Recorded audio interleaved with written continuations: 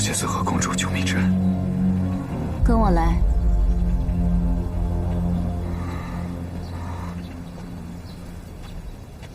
灭灵剑是以我灭灵族族人的骨血相铸而成，奇缘铸剑这些年，骨血已快耗尽，虽有天后的仙法勉力维持，但已形同废人，恐无法辅佐仙圣，成就大业了。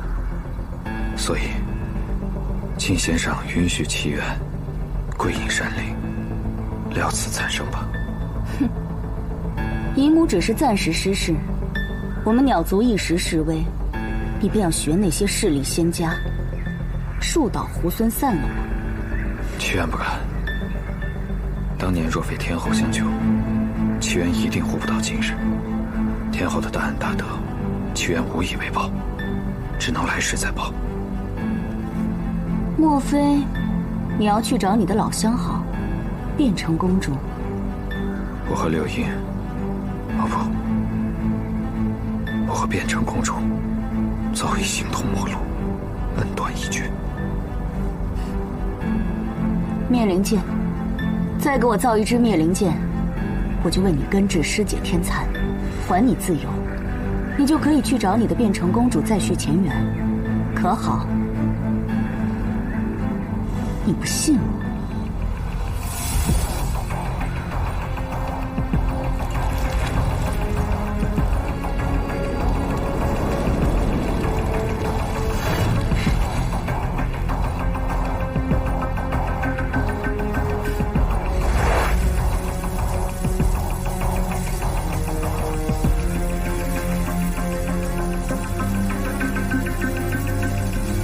本座已在地山修为度运，你现有这琉璃净火加持，定要复兴鸟族，助我儿续凤，登上帝位。穗禾明白，续凤和鸟族便仰仗于你了，莫要让本座失望。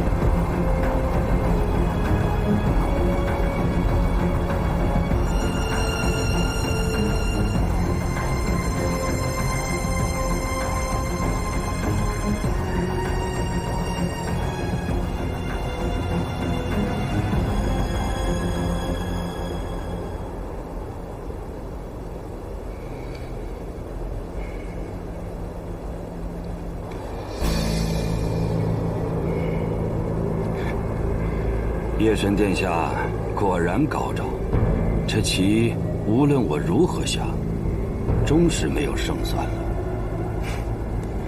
长老这边认输了，纵使再挣扎，撑得须臾，结果也不会有所改变了。唉，隐雀认输，能与夜神殿下这般高手过招，乃是隐雀耻荣。你说什么？鸟族粮仓皆空了？自花界上回断我鸟族吃食之后，花界与鸟族的关系便已有所不睦。如今花界虽未断了花草谷物的供给，但数量远不如从前，粮仓也一直囤不下食物。如此重要之事，你为何不早些呈报？隐雀长老求见。让他进来。是。你先下去吧。是。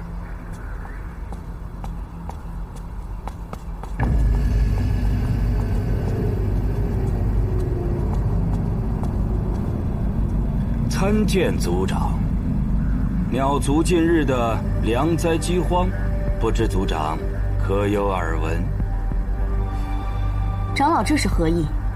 穗禾身为鸟族族长，此等要事自然清楚。那便最好。我还担心族长日日在天界流连，早已忘了我们这些同族。既然族长已知晓此事，不知为何迟迟没有作为呢？族里的鸟儿眼见都要饿死了。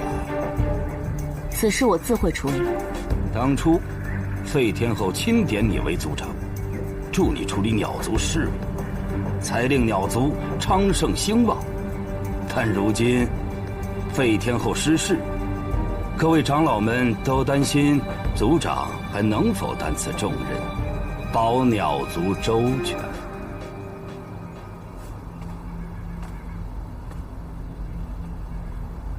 3日之内，我会妥善解决良灾。我会证明，我坐上族长之位，全凭自己实力。如此，隐却拭目以待。慢着，长老难道就没有其他事需要禀告吗？不知族长所指何事啊？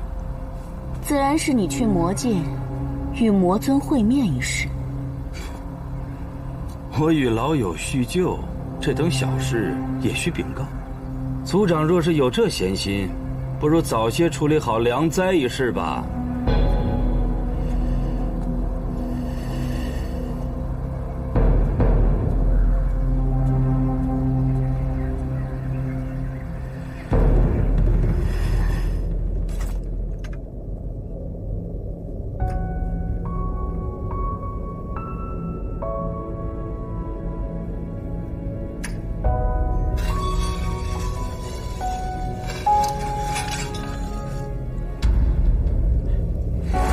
续奉执掌五方天降府，节制天界门户，责任重大。然则续奉行事却乖戾悖逆，本座甚是担心。我看就暂时移交给你吧。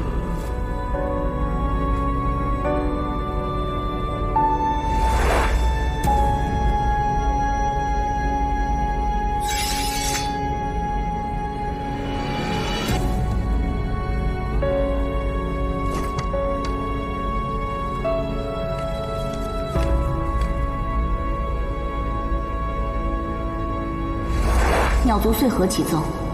我鸟族生命素以花谷为食，花界虽已恢复供给，然断粮数年，以致鸟族粮仓日渐空虚。今鸟族生灵性命堪忧，遂恳请天界开仓赈济，以解鸟族燃眉之急，叩请圣裁。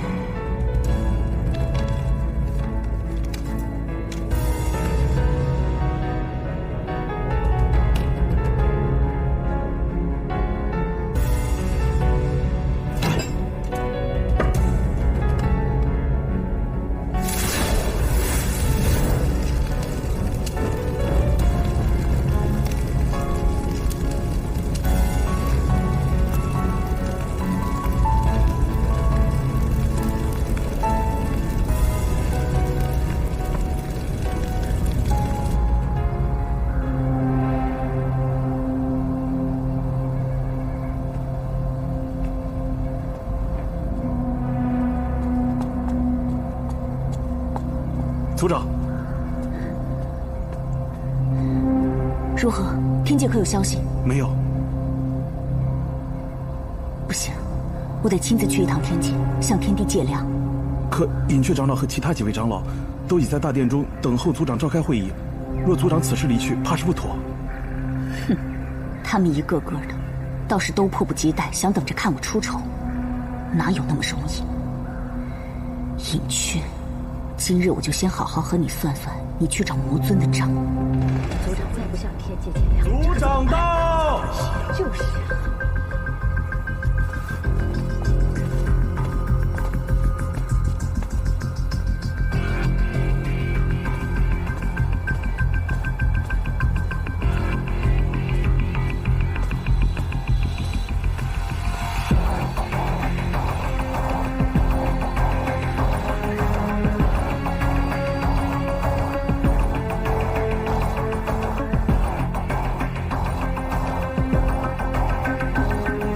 3日已到，不知族长可有了法子解决此次的良灾？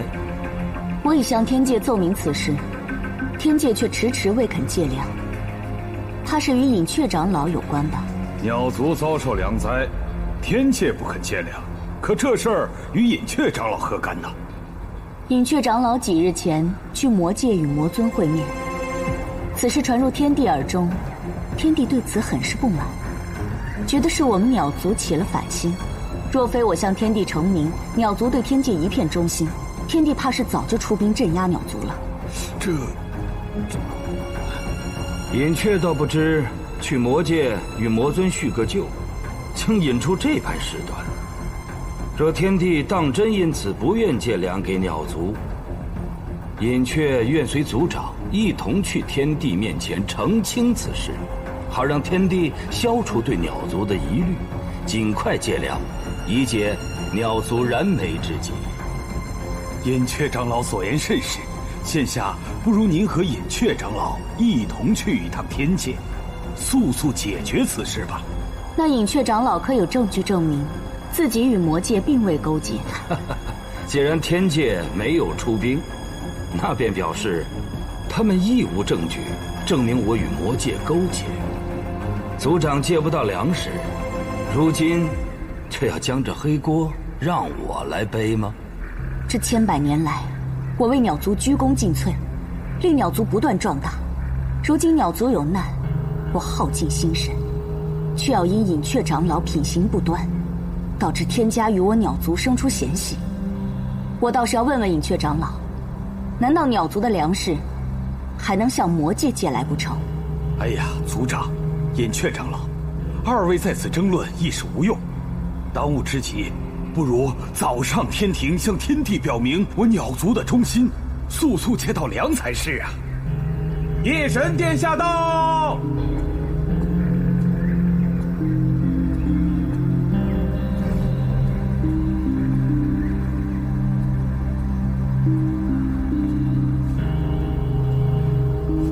参见夜神殿下。大殿下，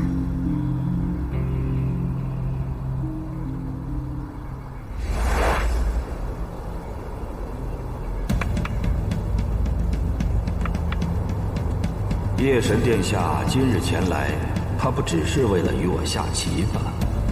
听闻长老近日密会魔尊，不知商议了些什么？原是为了此事啊。我与魔尊不过是叙叙旧，聊聊天儿，不曾商议任何事情。你们聊了些什么？外人无从得知。不过此事已经上报天庭，若是有些无中生有的猜测，也是在所难免的。万一天帝当真误会了些什么，恐对鸟族不利。天帝命我彻查此事，隐雀长老认为润玉应该作何回复？隐雀愚钝，不知夜神殿下何意？我知道，这些年来，天界对鸟族控制颇多，但当年龙鱼族覆灭之后，废天后亦是将太湖这等富庶之地交予鸟族。鸟族这几千年来比之从前，已是繁荣昌盛了许多，也该知足了。夜神殿下到底想说什么？但说无妨，隐雀一向不喜欢拐弯抹角。既然长老不喜欢拐弯抹角，那润玉便直说。其实此番前来是有一事希望长老帮忙。我一个无权无势的鸟族长老，恐怕帮不上夜神殿下什么忙。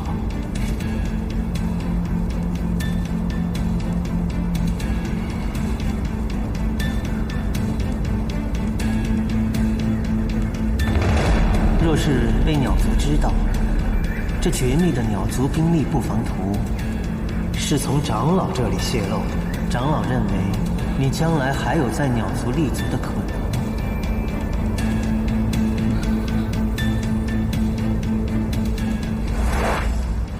润玉今日是作为天界特使，奉天帝之命，押粮至此，解鸟族饥荒之困。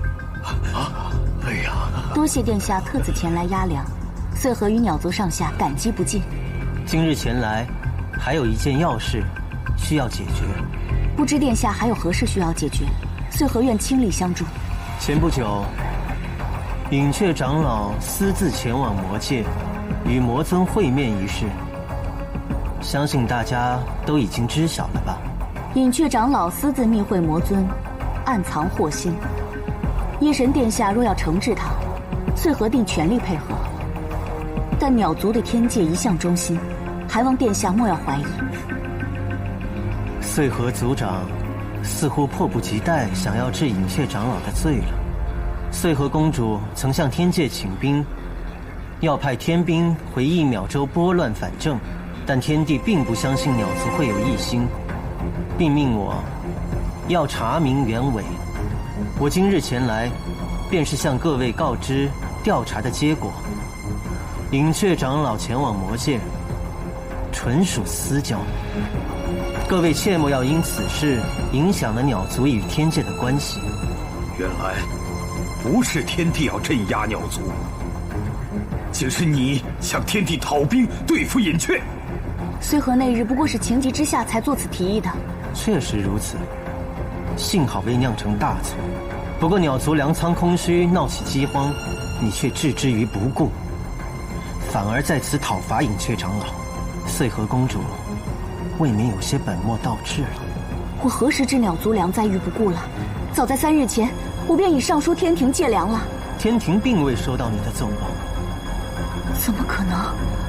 若非隐雀长老昨日亲自上天界将此事告知，天界不知道要到何时才会知晓此事。穗禾，你不配做鸟族的族长。对，你不配做我们鸟族的族长。是啊，不配做。穗禾公主，正如诸位长老所言，你为了排除异己，打压隐雀长老，而置鸟族各位同胞的生死于不顾，已让天帝陛下对你大失所望。天帝已下令，命我全权处理此事。不过润玉觉得，还是应该与鸟族各位长老一同商议决定。大殿下如今深得天帝陛下的信任，我等还有何疑虑？只是不知大殿下认为该如何决断？润玉以为，穗禾公主如今已经无心鸟族的治理，不如交由贤能之人辅佐之，代为处理族中要务。不过，润玉只是个提议，最终的决定还是要看各位长老的意思。此番隐雀长老向天界借粮，为鸟族立下了大功，且他一向心怀鸟族，定会为鸟族谋福。我推举他暂代处理族中事务。我等亦推举隐雀长老代理族中事务。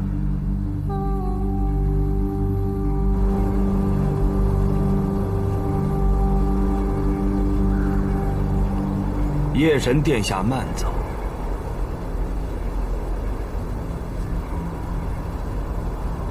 隐雀长老，将来这鸟族便就交给你了。这一局，隐雀说的心服口服。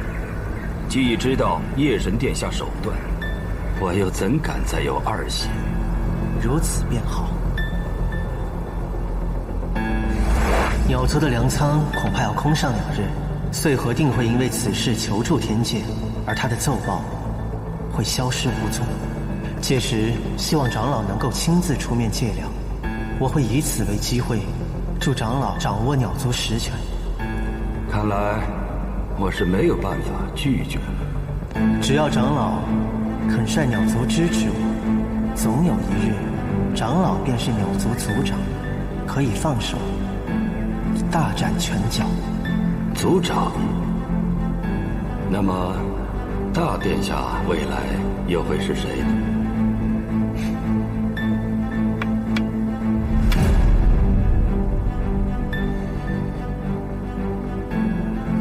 夜神殿下果然高招，这棋无论我如何下，终是没有胜算。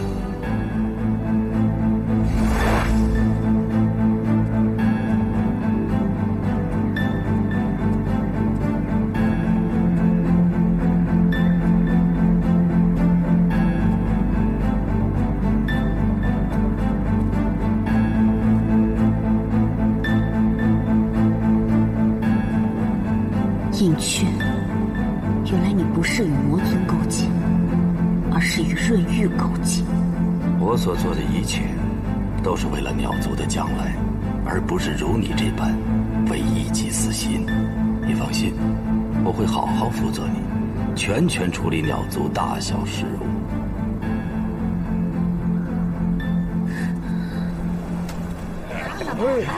这个是，我跟你说，这是要7年的灵力啊！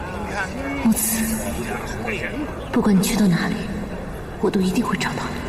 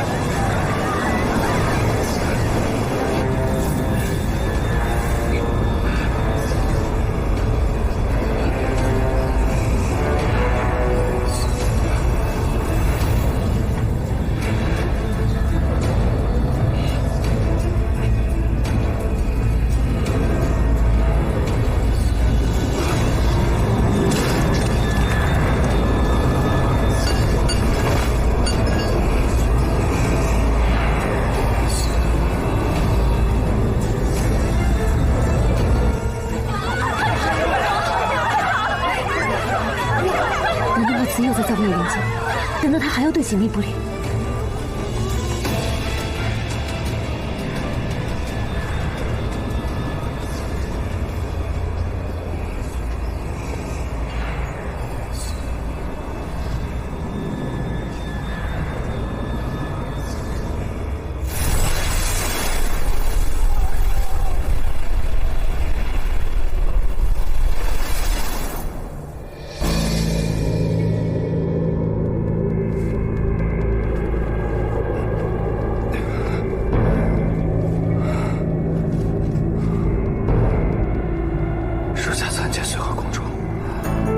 你现在便去天界，替我杀了润玉。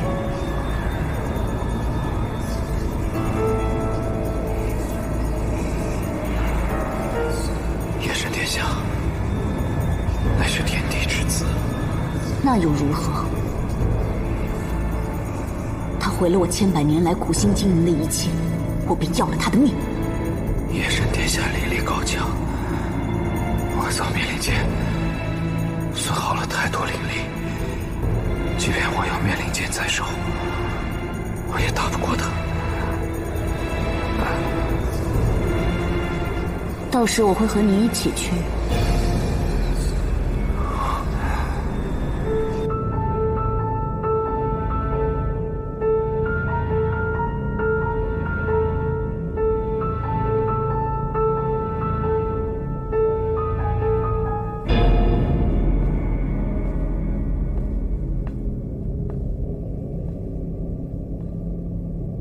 干娘若知你如此记挂他，一定深感欣慰。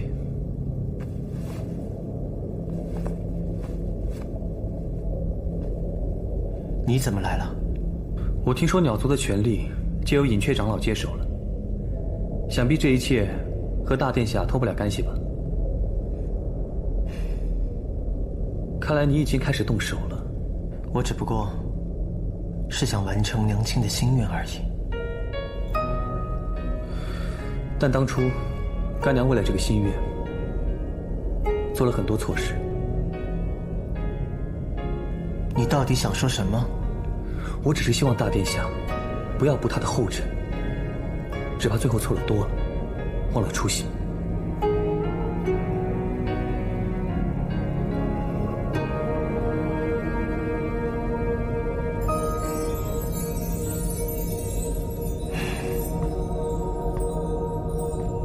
这条路错不得，一步错，便是满盘皆输。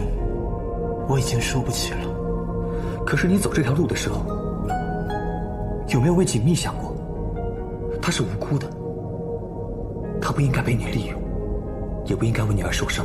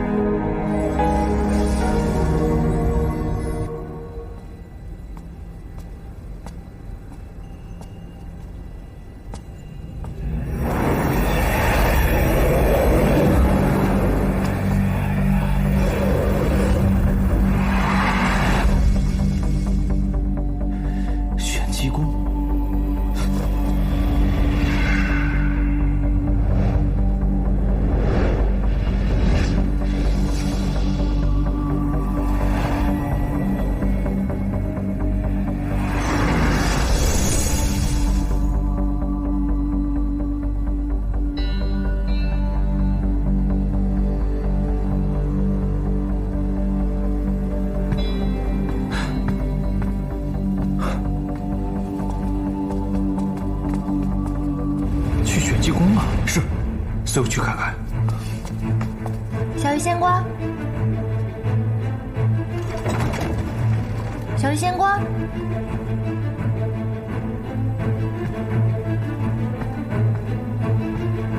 小鱼仙瓜，你在吗？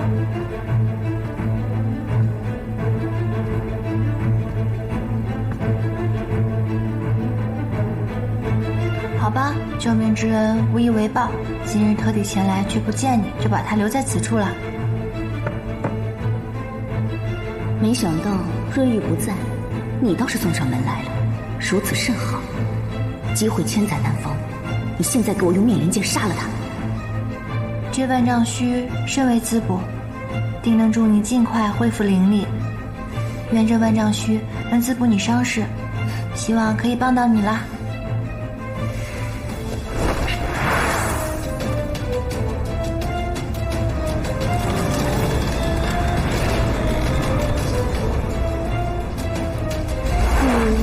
我们就在这凡间做一对平凡的夫妻。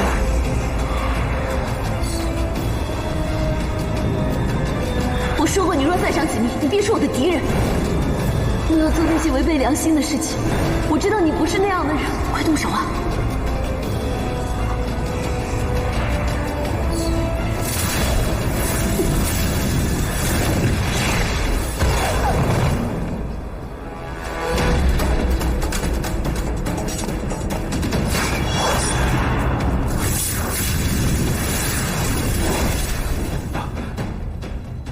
殿下，锦觅，锦觅，照顾锦觅，是。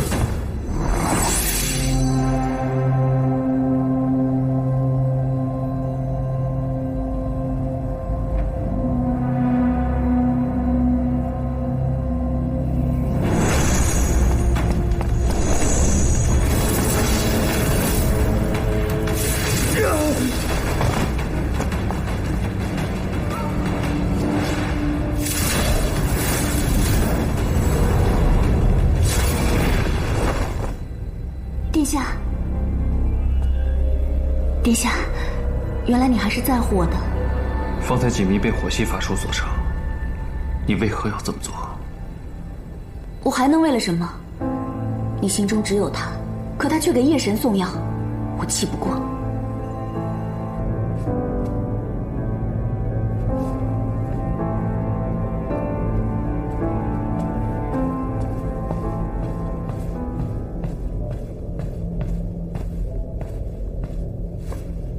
蜜儿，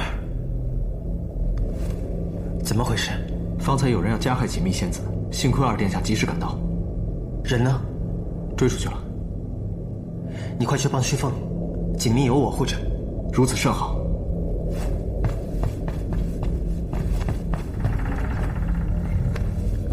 蜜儿，蜜儿，蜜儿。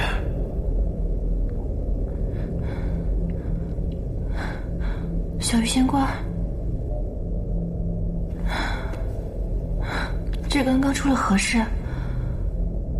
我刚才特地前来给你送补药，正要离开，不知怎地就被打倒在地了，然后我就什么都记不得。是你救了我吗，小鱼仙官？并非我救了你，是徐凤。既然施法在玄机宫，难道目标是我？可是你走这条路的时候，有没有为锦觅想过？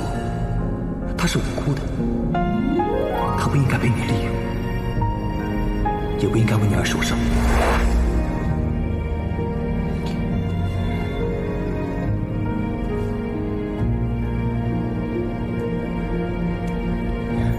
都是我不好，我向你发誓，以后绝对不会让你再受到一丁点的伤害。谢谢小鱼仙官，我有爱了。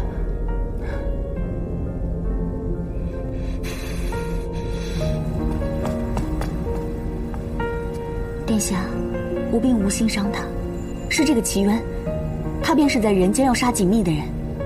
我知道，他是变成公主的朋友。我答应过刘英，不取他性命。可是他屡教不改，想必今日又要行凶，此人不能久留。刘英说过，他是良善之人，我信他。多谢凤兄。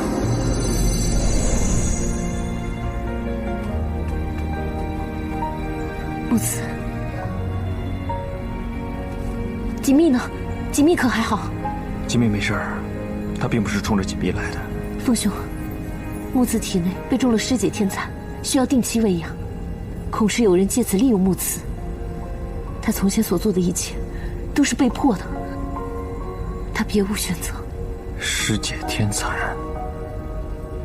如此禁术，可是我母神所为。是姨母救了他的命，他为姨母办事，那是他自己的选择。如今姨母还身在狱中，你们却想撇清关系，真是忘恩负义之徒。随和。如今我母神已被关押进牢狱，他已得了惩罚，希望你莫要再怪罪他。凤兄愿意宽恕木慈，我已别无他求，只求将木慈带回，从此与他不再分离。木慈的罪，刘英愿为他赎。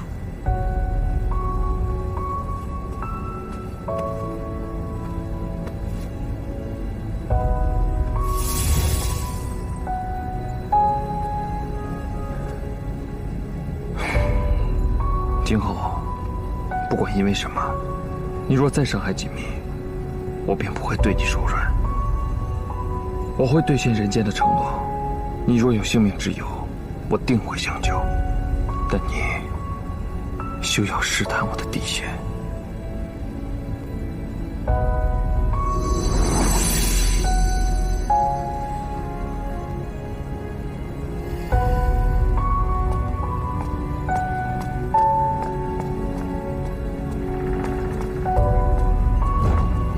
我要见锦觅。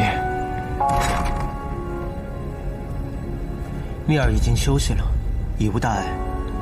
听闻今日是火神出手相救，我替蜜儿谢过。不知火神可有抓到行凶之人？是穗禾闹脾气，伤了锦觅。穗禾，此事非同小可，不如尽早禀告父帝。不必了，穗禾是因为我自会与他解决此事的。你让我看他一眼。旭凤，因为你，天后穗禾先后对锦觅出手，你难道非要置他于死地才肯罢休吗？我已让矿路去请水神接回锦觅，火神请回吧。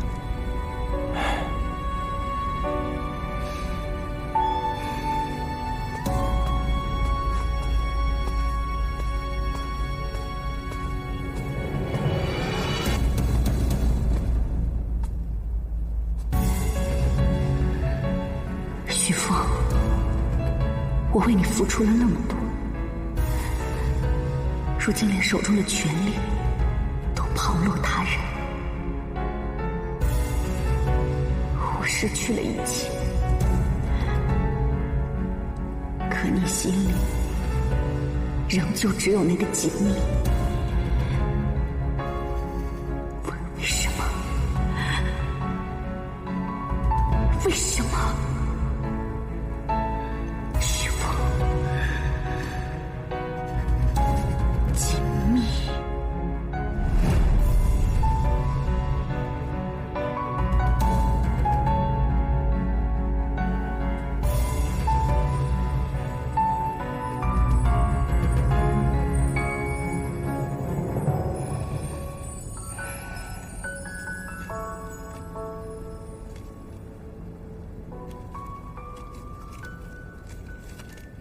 潘羽先生，今日子时，庭中一物，事关锦觅，不胜期盼。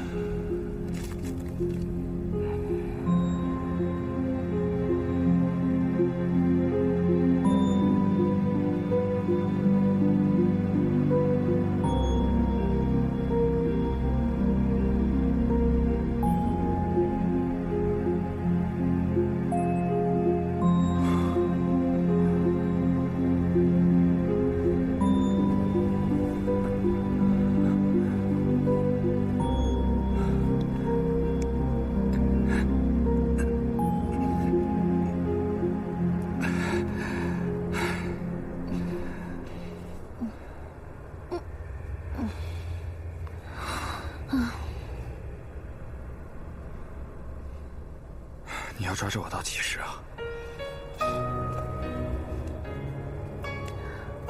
永远。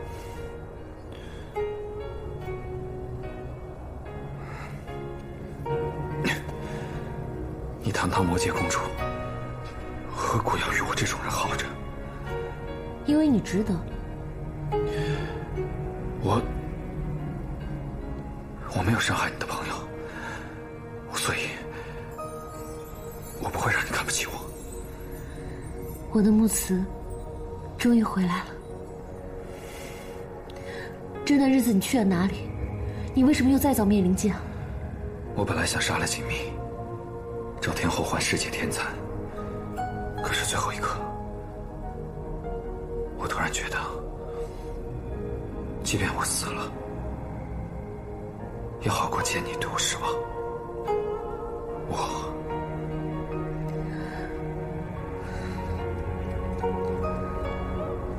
你放心，我一定会想办法治好你。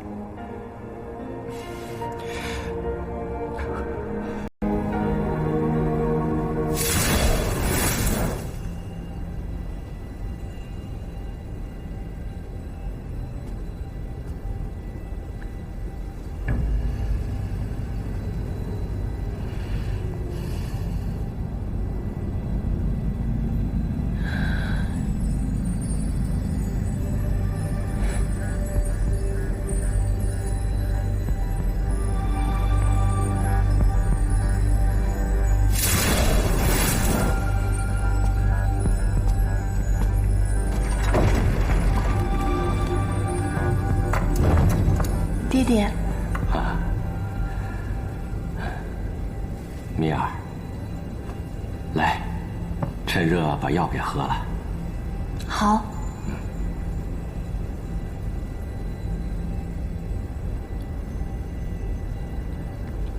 啊，吃块冰糖，去去苦味儿。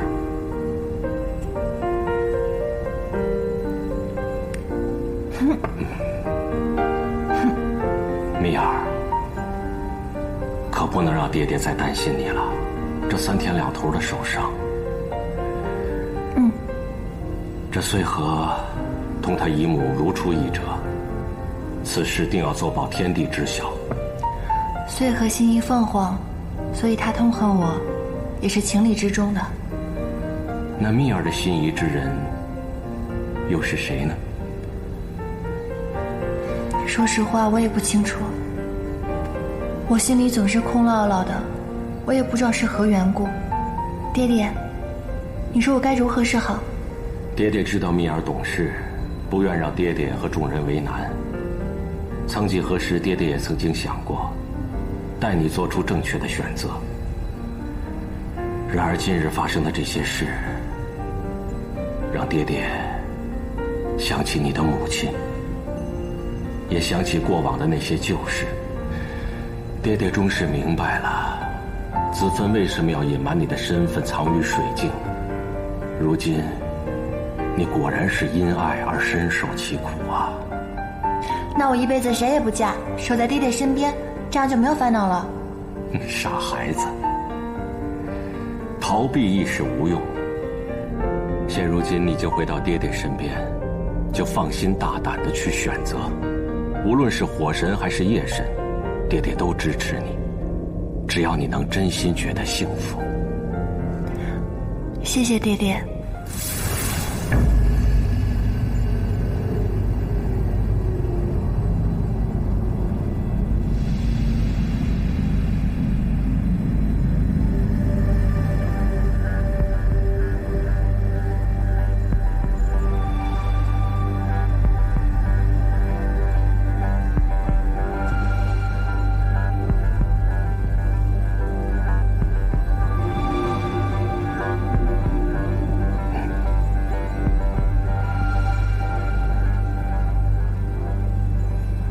你来了。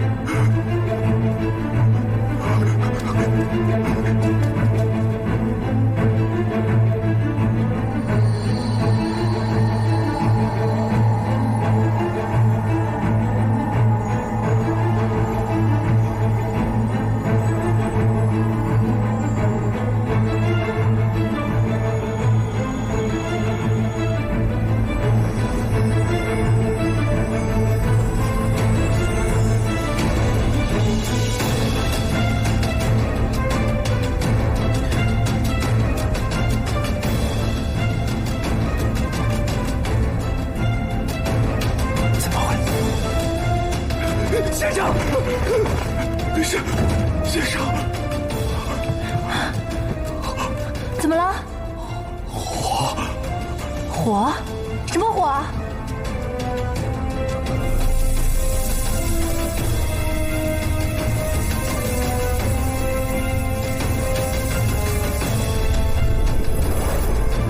爹爹。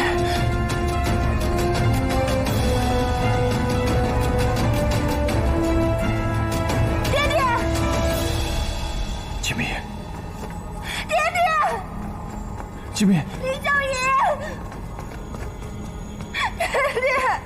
爹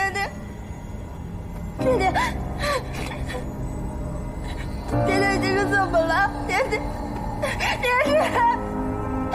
你说话呀，爹爹！金明，你听我说。林小雨，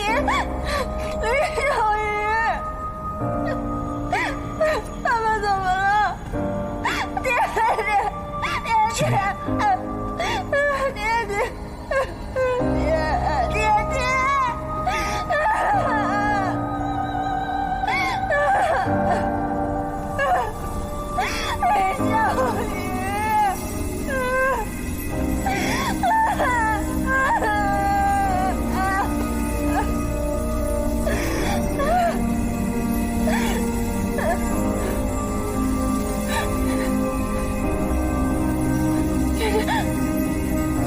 去哪儿？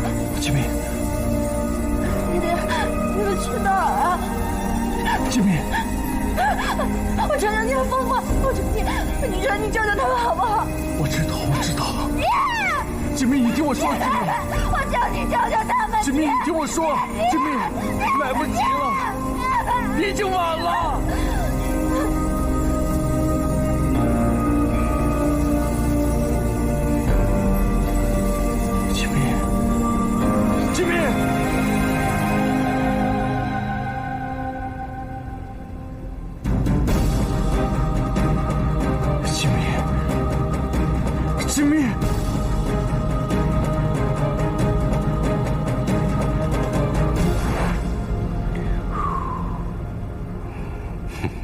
米儿，谢谢爹爹。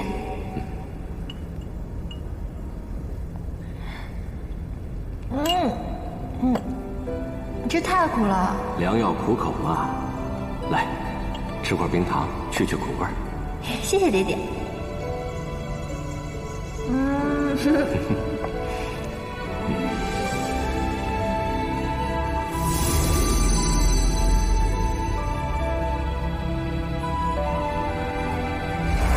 爹爹，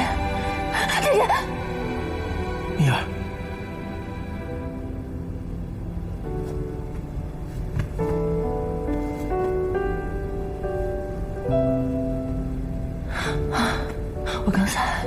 我刚才梦到爹爹。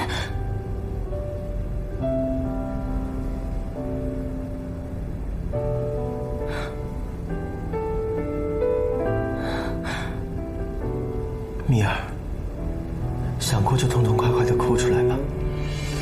两位先生含冤遇害，还等着你早日振作，查明真相。金明，不管怎么样，我会一直陪着你。米儿是我魏国门的妻子，我祭在，何劳火神？火神无需在此时雪中送炭。他如今是这般模样，夜深此时，非要争个高低吗？我求求你们，都出去！金明，我求求你们，我求求你们出去！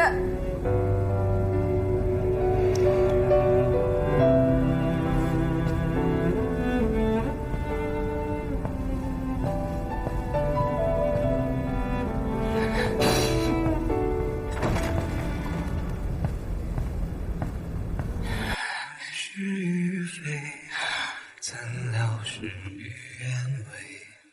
心中的话，以为时光它却不回。但愿洗去浮华，爹爹，再与你。倘若不是你，将你的半生修为尽数列入这兵刃中，若不是为了保护我，你也不会。心中的花枯萎，时光它却不回，回忆辗转来回，痛不过这心扉。只愿余生无悔，随花香远飞。一壶清酒，一身尘灰。年来回不遇上。姐姐，李秀仪，对不起，我一定会查出真凶，替你报仇。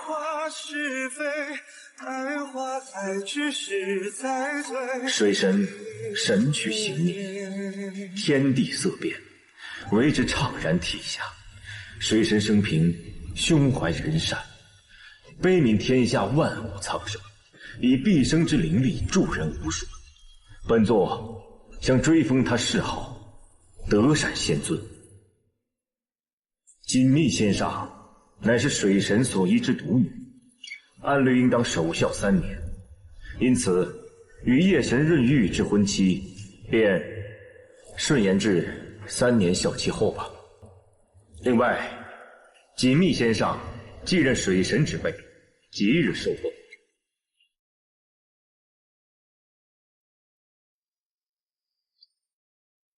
锦觅领旨。起来吧。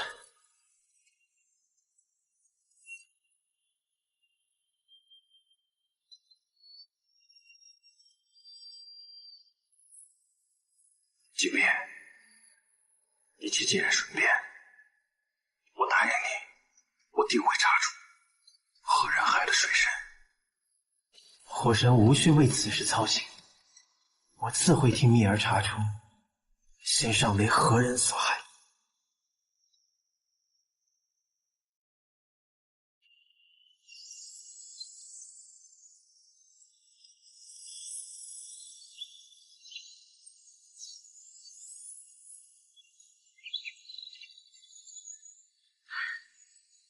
孩子，苦了你了。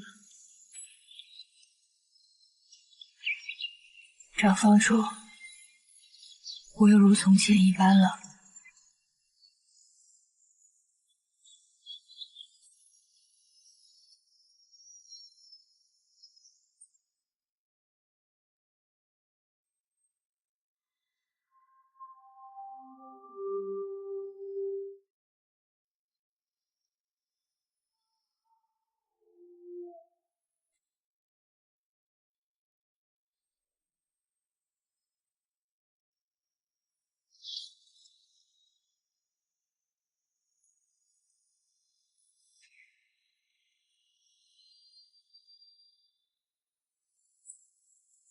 人都说人影不随流水去，水长东去，人影仍在。只是为何如今天地间滴水不上，水神爹爹却再不见了。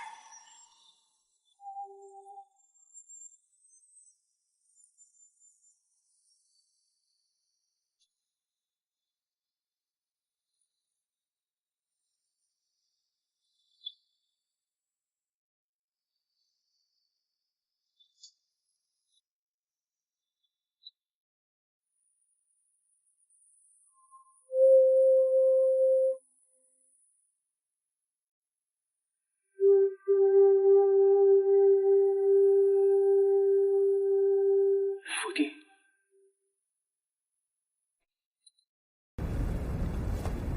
孩儿参见福地。水神他平日里满嘴的仁义道德，我却时常嗤笑他幼稚如幼童，但我却非常敬佩他，能够身体力行，也就唯有他敢对我说一些真话。可如今他已经不在了。你也是来查水神一案的吗？是。你是要替锦觅做主？锦觅是孩儿的未婚妻子，为他查出杀父真凶，是润玉的分内之事。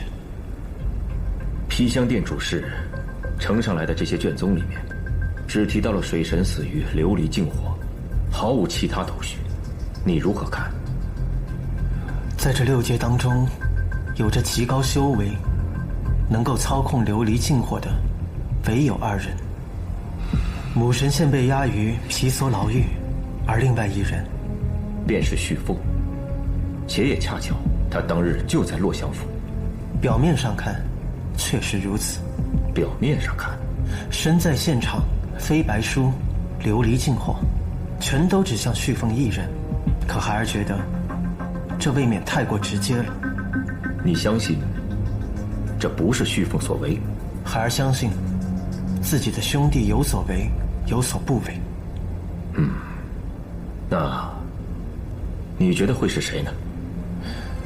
难就难在，明知道凶手不是旭凤，却也不知道究竟是何人所为。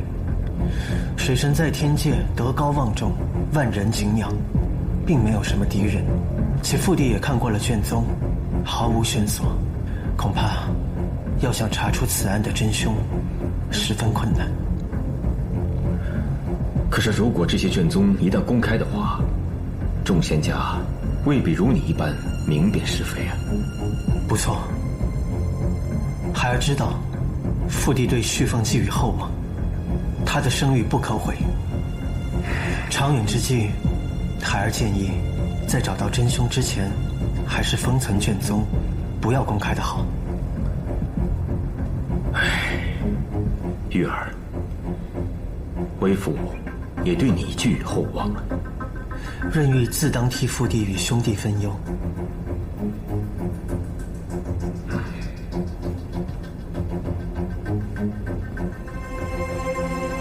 玉儿，你有的时候懂事的都让人心疼啊。旭凤需要避嫌，这件事情就全权交由你来处理了，就按你说的做。是父帝。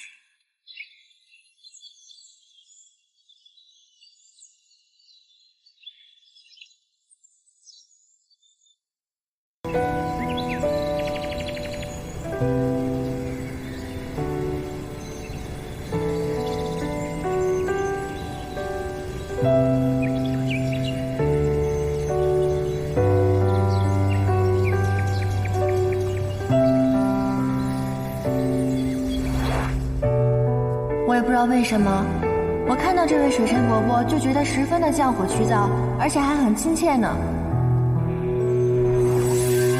锦觅乃是我与子芬之女，日后爹爹绝对不会再抛下你，让你一个人孤苦伶仃。再高你就要摔出去了，我才不怕呢！摔出去有爹爹保护我。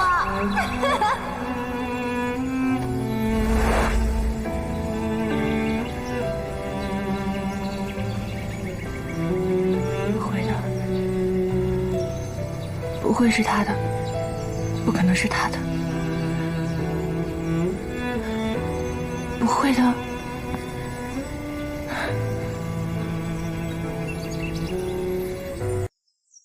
火神殿下，锦觅一向和你亲近，你好好开导开导他吧。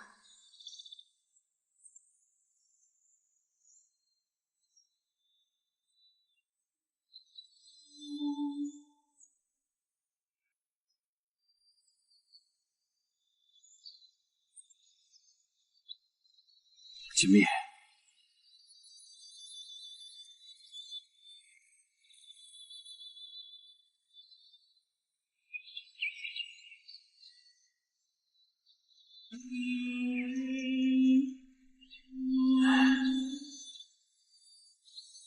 我想去祭拜二位先生，可以吗？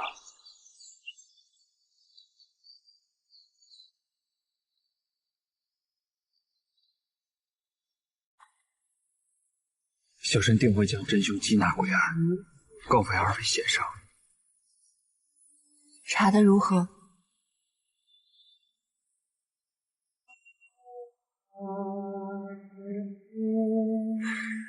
深无进展。很奇怪，二位先生罹难的现场竟找不出一丝痕迹。爹爹和林秀仪生前胸怀仁善，与世无争。为何会遭此横祸？都是我害了他们。此事怎可怪你？你无需自责。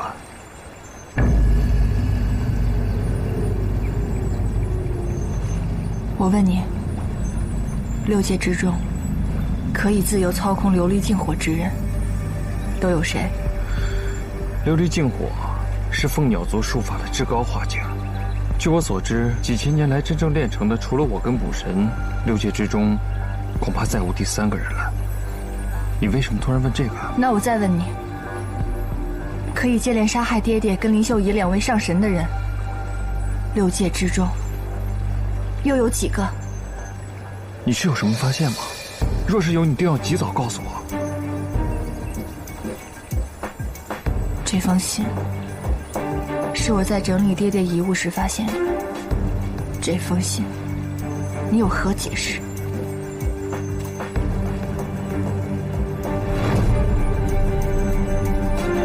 飞白书。潘羽先生，今日子时，庭中一物，事关紧密，不胜期盼。除了你以外，谁还会灌写这飞白书呢？你是在怀疑我？这封信不是我写的，分明是有人栽赃嫁祸。那我问你，爹爹遇害之时，为何你会在场？当时洛相府来人，说是奉了水神之命，让我连夜过府一叙。我们中计了。中计？你不相信我？我爹爹灭道之际，他的衣服都烧白了。我问你，什么样的火可以把他的衣服烧成那般样子？琉璃净火。没错，就是琉璃净火。如你所说，6界之中只有你跟天后可以使用琉璃净火，可如今天后人在牢狱之中，能施予琉璃净火的人只有你一个。是你杀了我爹爹！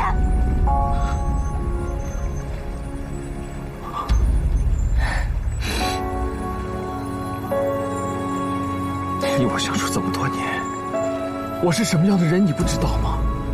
风神、水神是你的亲人，我怎么可能对他们痛下杀手？就算是我杀了2位先生，我怎么可能愚蠢到自己留下书信任你猜疑？你且好生思量。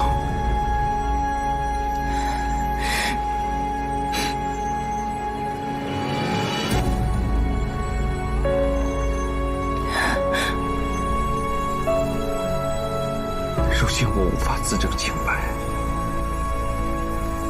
若你当真觉得是我杀了2位先生，那就拿我的命来抵吧。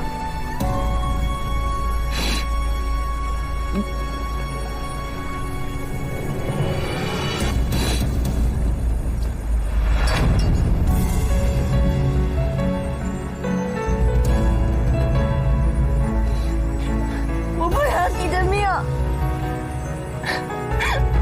我只要爹爹活着，我只要爹爹活着。景密，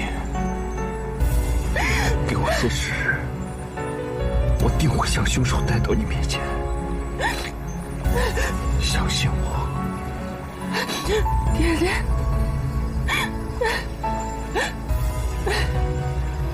我只要爹爹，我只要爹爹，我只要爹爹还活着，我只要爹爹还活着。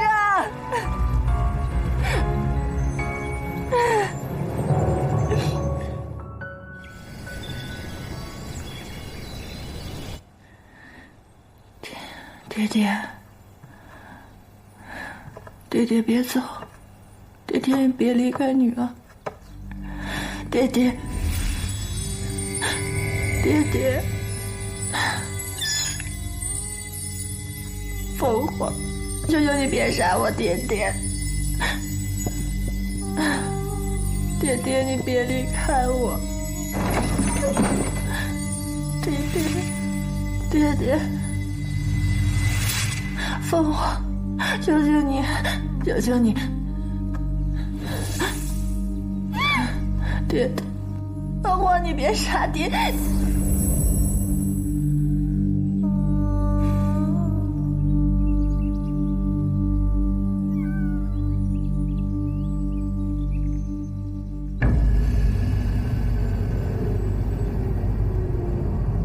大殿立下新规矩，从上月起，除八方天将，任何仙家上神都不得随意调查军机卷宗。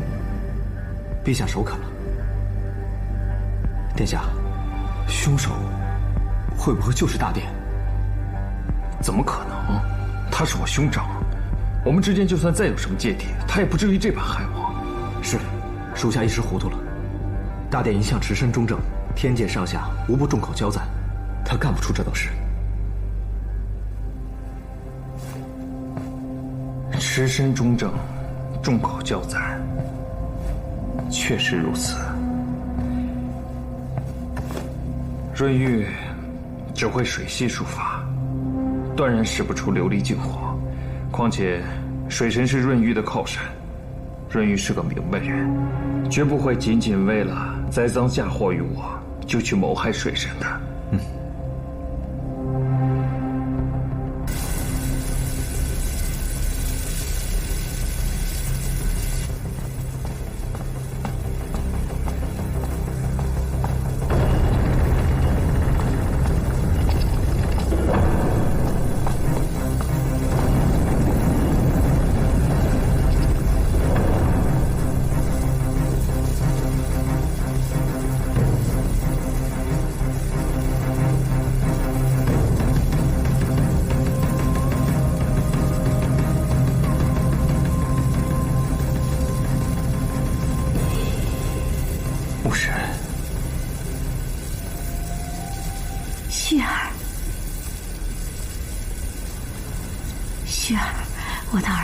你终于来看母神了。父帝不让我来看你，你怎么变成这个样子了？若天帝不许你来，那你切莫要再来，莫再触怒天帝。母神没事的。等你当上了天帝，我自然便可出去。不是，是我的自然是我的，不是我的争来又有何用啊？傻孩子。当然要争啊！不是，你可有对水神动手啊？水神怎么了？水神和风神陨神了，可与你有关。如此甚好。真的是你？是谁杀的？又有什么要紧？如今润玉大势已去，就算与锦觅成婚，也不会动摇你的天帝之位。不如想想如何乘胜追击。连牢狱都关不住你的野心，你以为你这样是为了我好？殊不知你只会陷我于不仁不义啊！旭凤，你怎么能这么说呢？成大事者不拘小节，欲当上天帝，岂能心慈手软？不是，你生了我，但你一点都不了解我。孩子，母亲就是太了解你了。你心思单纯，心慈手软，你不愿意去做的事，母神替你去做。你的心思不像润玉这么有城府，可未知哪一天，他反过来会算计你。我们毕竟是兄弟，他又能害我到何处？母神如此只会把他逼上绝路。你必须比他狠，你必须比所有人都狠，才能让所有人臣服于你。旭凤，为了母神，你必须坐上天帝之位。如今水神已经死了，是铲除润玉最好的时机。只要你跟穗禾成亲，那鸟族就是你的后盾。我不会去穗禾的。傻孩子，你怎么就看不清局面呢？如果你执迷于锦觅，你会后悔的。那我倒要看看，不按母神说的，我能不能活得更好？恕孩儿不孝。旭凤，你必须得做天帝，这是母神唯一的心愿。母神为了你，连命都可以不要。养有贵辱之恩，压有反哺之谊，鸟兽有此，何况神仙？是木已自壮，自能凶残不孝、狠戾忘恩之事与宵禁何异？恕孩儿万难聪明，孩儿就是被全天下人所误解，也做不来母神口中的这等孝子。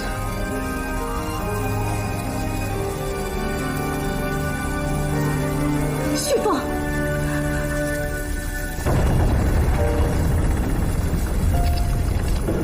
旭凤，旭凤，旭凤。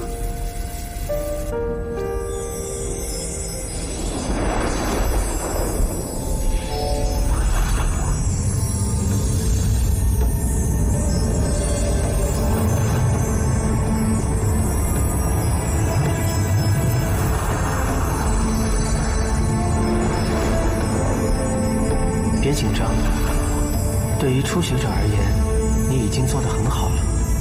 殿下如今政务繁重，矿路想早日学会，为殿下分忧。欲速则不达，不着急，慢慢来。以你的资质，相信很快就能上手。殿下，可以排身秀了吗？伤心未落，时辰未到。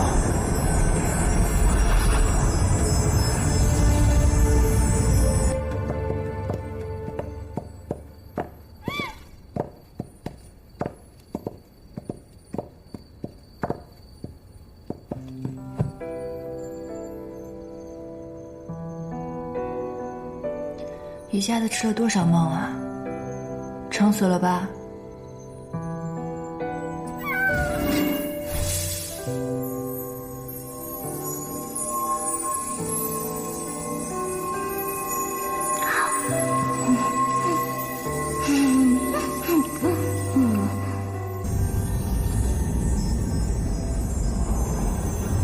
上身秀。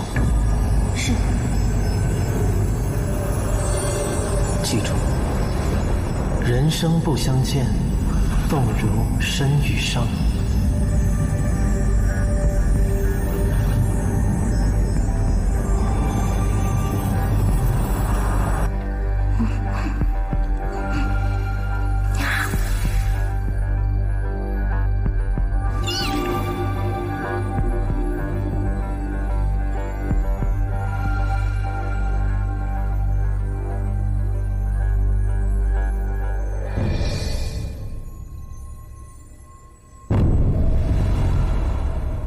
爹爹，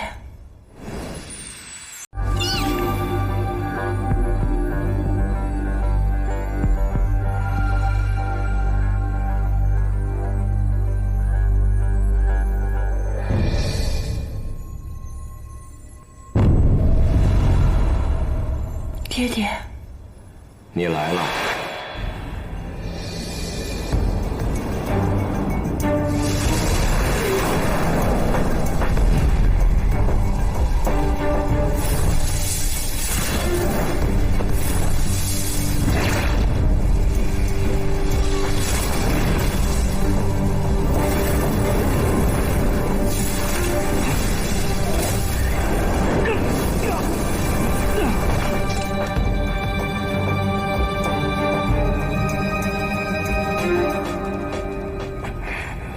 你明知锦觅心属于我，却偏偏挡在我们中间，休要怪我无情。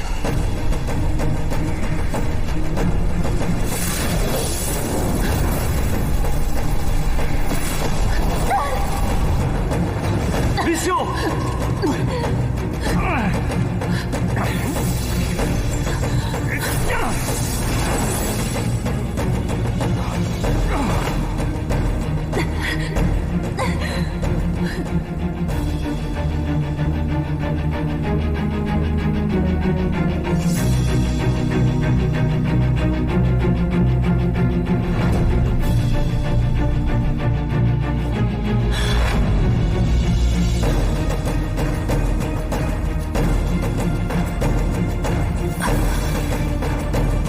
所见吗？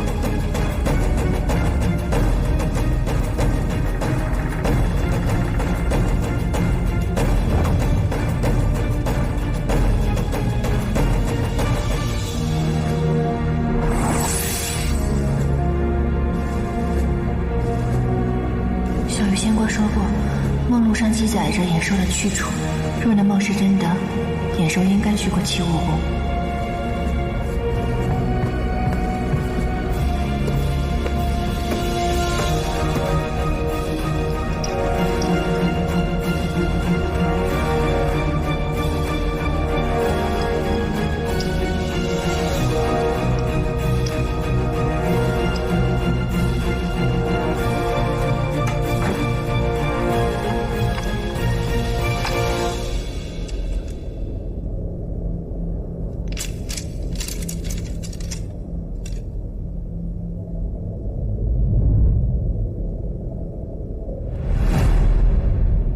真的是凤凰之梦。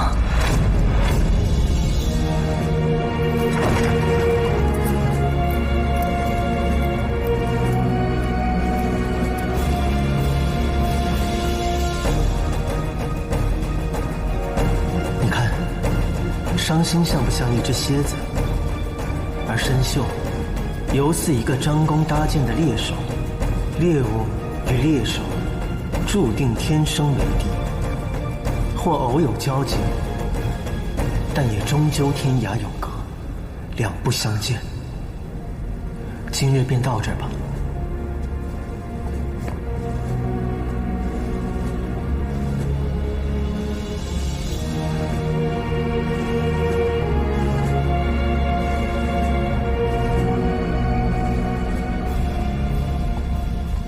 爷佑哥哥，你要带我去哪里呀？瑞玉哥哥知不知道？我跟他说过了，哥呀，带你回泥潭，高不高兴啊？太好啦！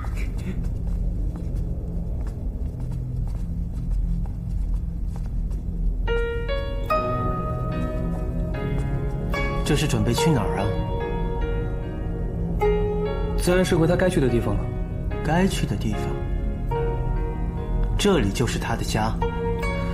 这里规矩森严，尔虞我诈，只会抹杀儿童的天性，泯灭他的赤子之心。李儿，过来。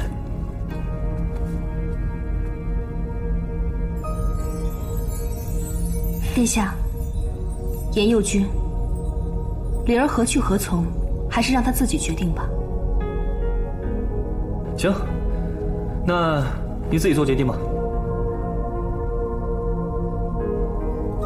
严佑哥哥，我想跟着瑞玉哥哥。来，乖。小小的年纪就嫌贫爱富，算了，你要是想回去，随时叫我，哥哥来接你，好不好？严佑，其实我也一直把你当作兄弟。你若真的想走，我也不留你。但你若想来，随时来。这玄机宫的大门永远向你敞开。我还没有火神的能耐呢，哪里能够胜任大殿兄弟这个身份啊？敬贤不敏，敬贤不敏。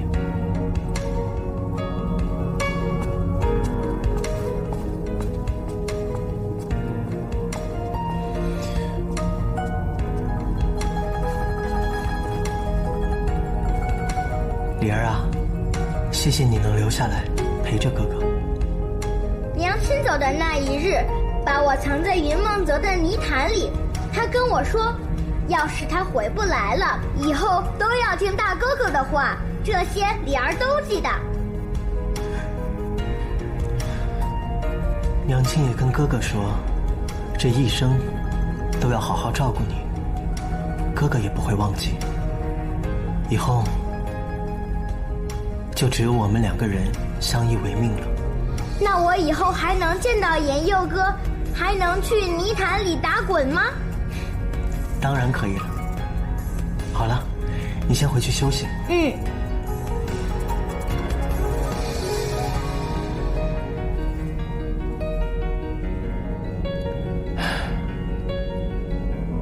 严佑走了，我真的变了许多吗？我这一生从未做过什么伤天害理之事，为何天后、旭凤他们就可以肆无忌惮？却连报仇都要遭人诟病，被清者疏远。白衣沾上几个泥点，就显得比黑衣脏。人言一向可畏，殿下又何须理会呢？你说的对，遥遥者易折，皎皎者易污。既然走上这条路，不管别人怎么看，我是再无回头之身了。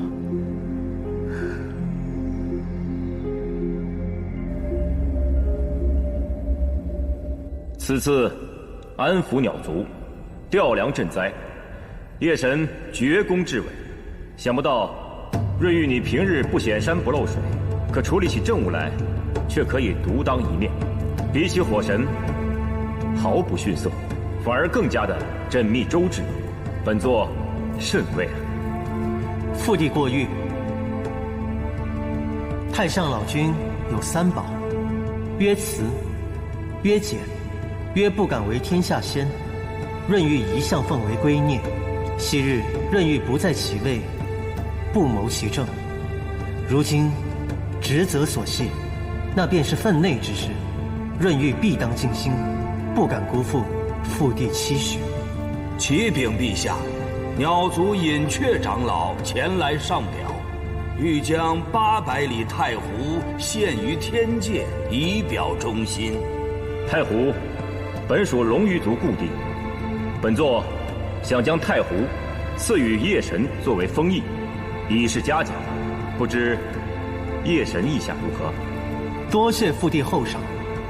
龙鱼族已覆灭数千年，往事早已如烟。润玉身为天地长子，守土有责，能为父帝分忧，余愿足矣。太湖乃一方仙境，不该为一家一族所窃据，更不该沦为一人一姓之私产。不久前，废后在洞庭湖大动干戈，涂炭生灵，而后水神又遭遇不测，锦觅仙上在花界服孝守制，洞庭湖至今尚未恢复元气。父帝心怀仁慈，不如就将那些流离失所的洞庭水族安置到太湖吧。准奏，此乃是贤者之言，众卿当共勉之啊。夜神，这次太湖交接，重建洞庭，安置水族等事，就全交由你处理了。任玉领旨。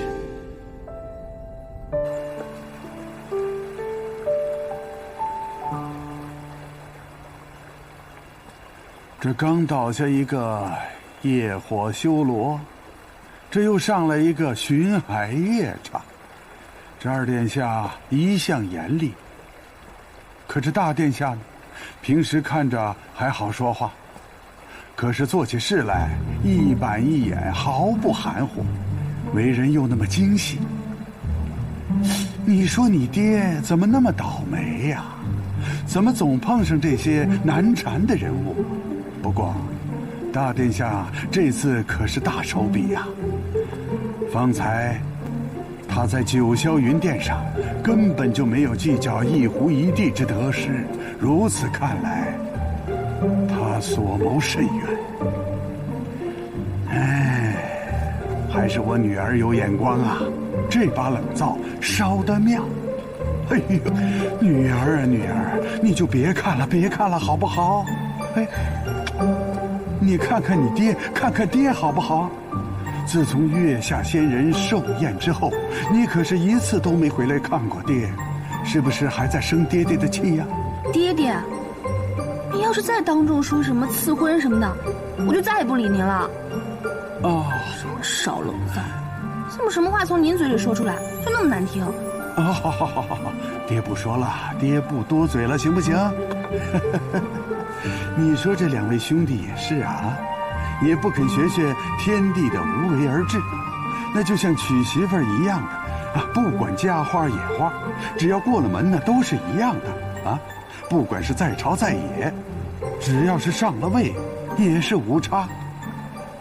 爹，那也没见您收手啊，还不是娶了一房又一房的。这这丫头，这就像凡人新盖的茅厕还能香3天呢？也不知道他们是怎么想的。这大殿下呢，根本不按牌理出牌，而这二殿下呢，他心里就根本没有这副牌。唉，都是神仙，为什么您和水神仙上差距这么大呢？水神仙上，学他干什么？学他死于非命？真该让元姬仙子把您投到凡间去，凡间的官场和账房最适合您。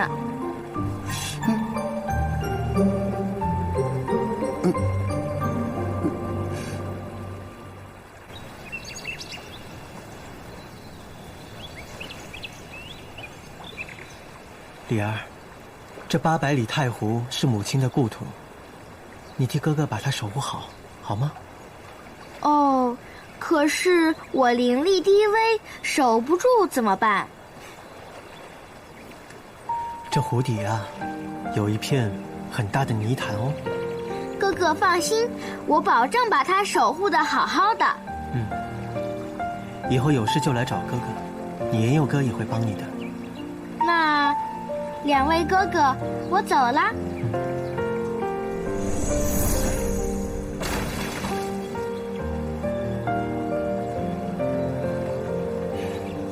你满意了？日久见人心，不必故意做给我看。李儿她毕竟也是你的弟弟，她的任何去向、任何决定，我认为你有权知晓。你总是活得这么滴水不漏，无可指摘，累不累？总比死了要强。大殿如今1人之下，万人之上，掌握8方天将，权倾天界，又刚收回了800里太湖，真是可喜可贺。干娘想必一定可以含笑九泉了。要走了？我还是喜欢自己一个人自由自在的生活。好吧，既然道不同不相为谋，那便山水有相逢吧。后会有期。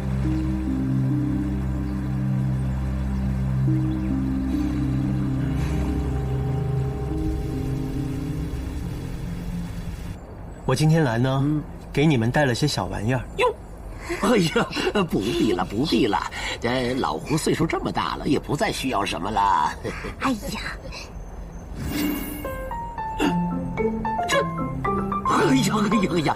既然夜神殿下如此客气，那我也就收下了啊。我看老胡每次去天界，总会忌惮广寒宫的玉兔。你若是不喜欢的话，不，喜欢的很，喜欢的很呐！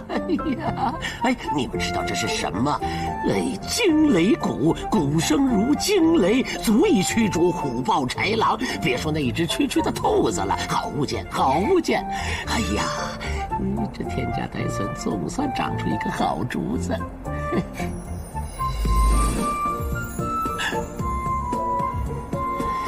连翘，听锦觅说，你最喜欢天上人间的奇观异景，成日待在这水镜中，怕是会憋得无聊，倒不如用这万象筒解解闷。谢谢殿下。娘亲再也不用担心我偷跑出去了。殿下，你将来会不会纳小妾呀？连翘口吐自荐。连翘，小小年纪，不晓得修炼灵力，脑子里想什么呢？我并无此打算，不过我有一个义弟，虽然性子是玩世不恭了些，若不嫌弃，就介绍给你认识认识。不嫌弃，不嫌弃，有殿下一半就好了。那我先去见锦觅了。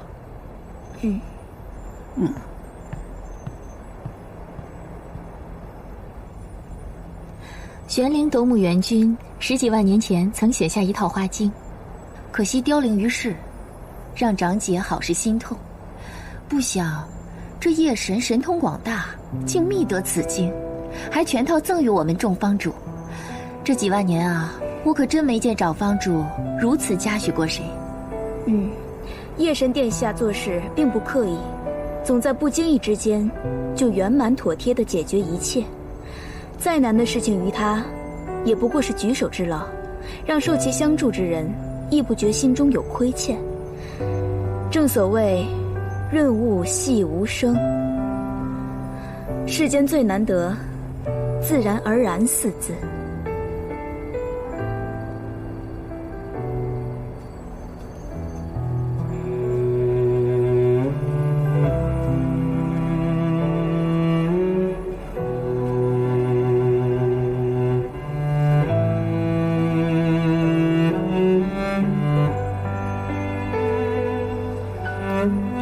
蜜儿，小鱼仙官，你放心，水神仙上所辖事务，日常我都在帮你打理着。你在此安心守孝，待守孝期满，我再带你慢慢上手。谢谢你，小鱼仙官。我真的不知道，如果没有你在，我该怎么办？对我何须客气？以后的路，我会一直陪你走下去。也不知道爹爹的案子查得如何了。我想问，如果这个凶手同为天界上神，那是否天帝还会秉公办理呢？蜜儿为何会有此疑问？时间已过去这么久，至今一点蛛丝马迹都没有。若不是凶手身份显赫，天帝为何不再追查呢？想必这个人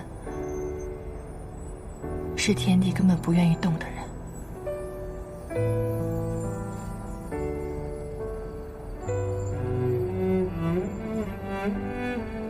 执法殿几番报了线索上去，只因证据不足，府邸只是按下不表，更将消息严密封锁。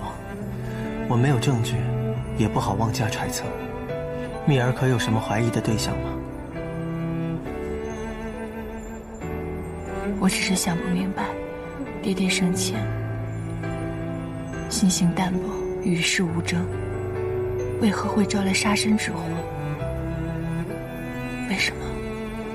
恐怕是因为我会与蜜儿定亲，原本只是因为情投意合，两相缱绻，但在旁人看来，我本是天界最为贫寒力寡的清闲小神，却在一夕之间得了水神、风神乃至花界的支持，恐怕要怀疑我心存夺嫡反叛之念。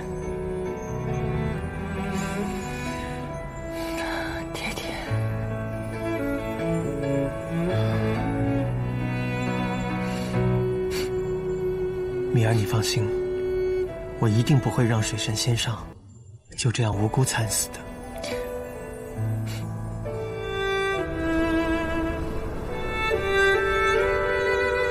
木子，你现在这条命是我的了，这次回去好好疗养，我不许你再偷偷跑了。好。那你不能骗我啊！我什么时候骗过你了？你经常骗我。我们今天暂时在这住一宿吧。好。喂，让开！滚开！让开！哎，小虎。哎，来了。带2位客人去房间。你先上去，去看看。 2位客官，请随我来。哎，这边。让开！让开！我不出行！让开！回避！说你呢？下了！燕城不假也敢挡！公主，我当是谁在此耀武扬威，原来是你呀！我们变成王府的守将，何时成了魔尊的马前卒了？小的奉大王之命，前去城门口迎请顾城王与魔尊尊驾。大王今夜设宴，想当着魔尊的面与顾城王化解嫌隙。以后若再让我看到你狐假虎威，定不轻饶。公主饶命，小的以后再也不敢了。哦，对了，公主要不要和属下一起回王府？啊，大王见了定然欢喜。不必了，我另有安排。公主。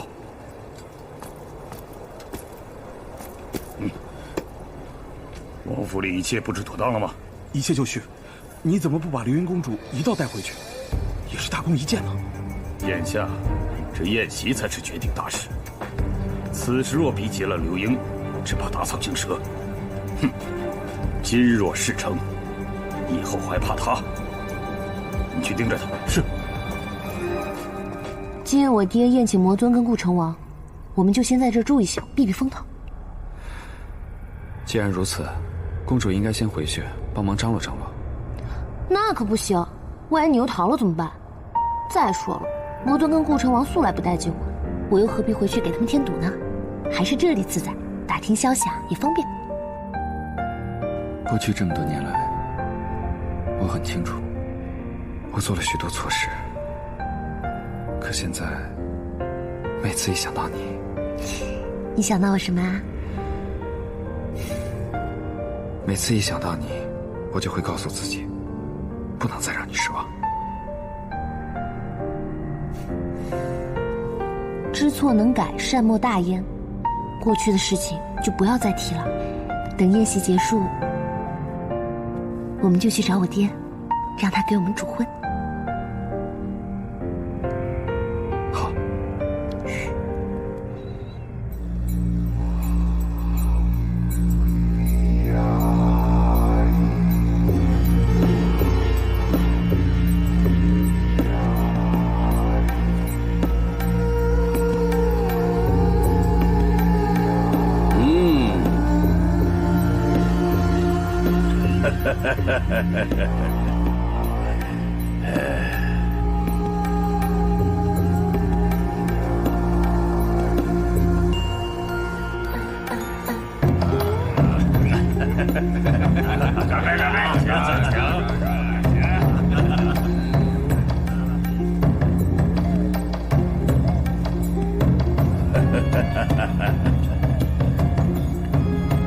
今日为何不见流英公主啊？这丫头也惯了，有一阵子没回来了。该不会是在天界乐不思蜀了吧？顾城王真会说笑。流英虽然顽劣，但是还算是识大体，大捷上断然不会有亏。我可听说流英公主一向和火神走得很近，自然外头有不少风言风语。前些日子，流英被同族人追杀，躲在外面，连王府都不敢回。卞城王此话何意啊？你顾城王消息灵通，应该是心知肚明吧？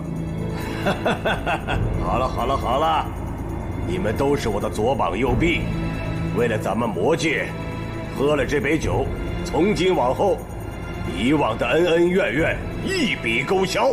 魔尊，请，请顾城王，请，请。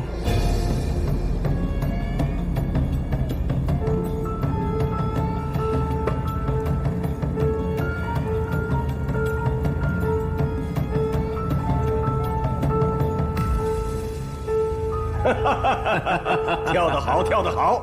我提议，此杯敬东道主，卞城王。敬卞城王，卞城王。今日魔尊、顾城王以及诸位城王远道而来，令小王府上蓬荜生辉，诸位一定要尽兴而归。小王先干为敬，来，干！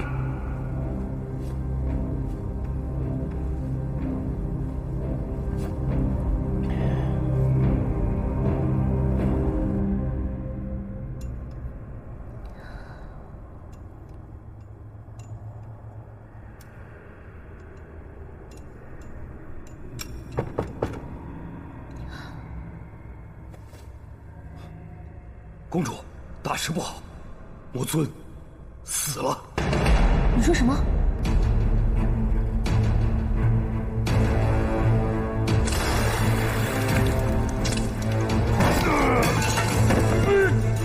魔尊，魔尊，魔尊，魔尊，魔尊，魔尊！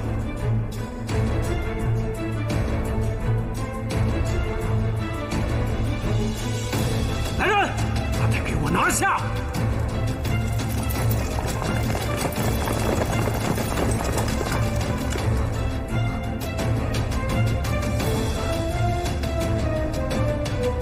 医诊断，说是中毒身亡。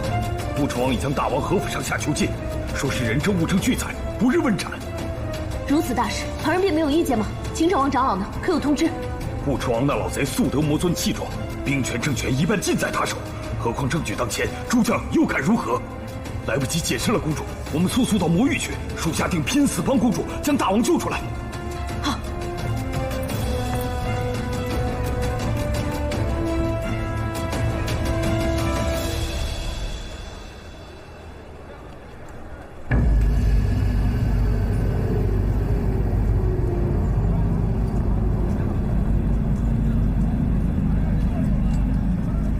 公主，怎么了？再晚可就来不及了。你说何府上下俱被收监，你是父王的亲信，昨日又替父王迎接燕成王的教撵，顾成王怎么可能会轻易放过你？小的拼死杀开了一条血路，是吗？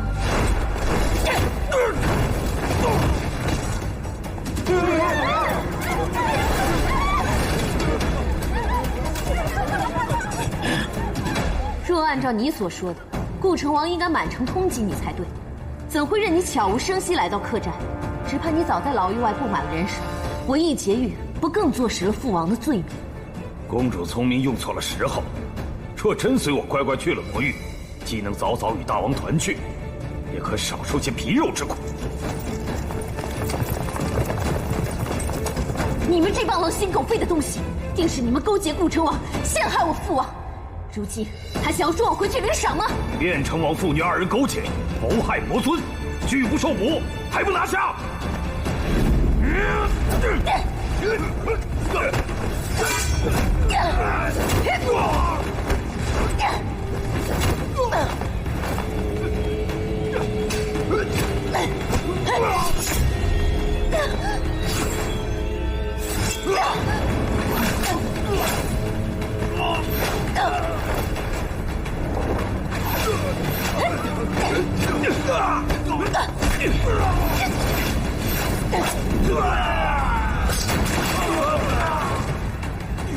走！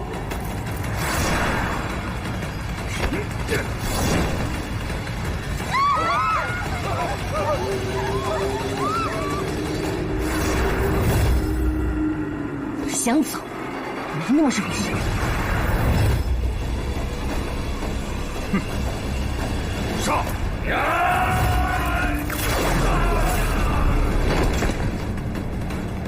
如此，如今燕成王已死，卞成王已成为阶下囚，魔剑尽在顾成王殿下之手。你在这逞英雄也救不了救主，我劝你还是早早逃命去吧。快去搬救兵救你父王！不行，我不能丢下你不管。放心吧，这些人我还能对付。那你小心。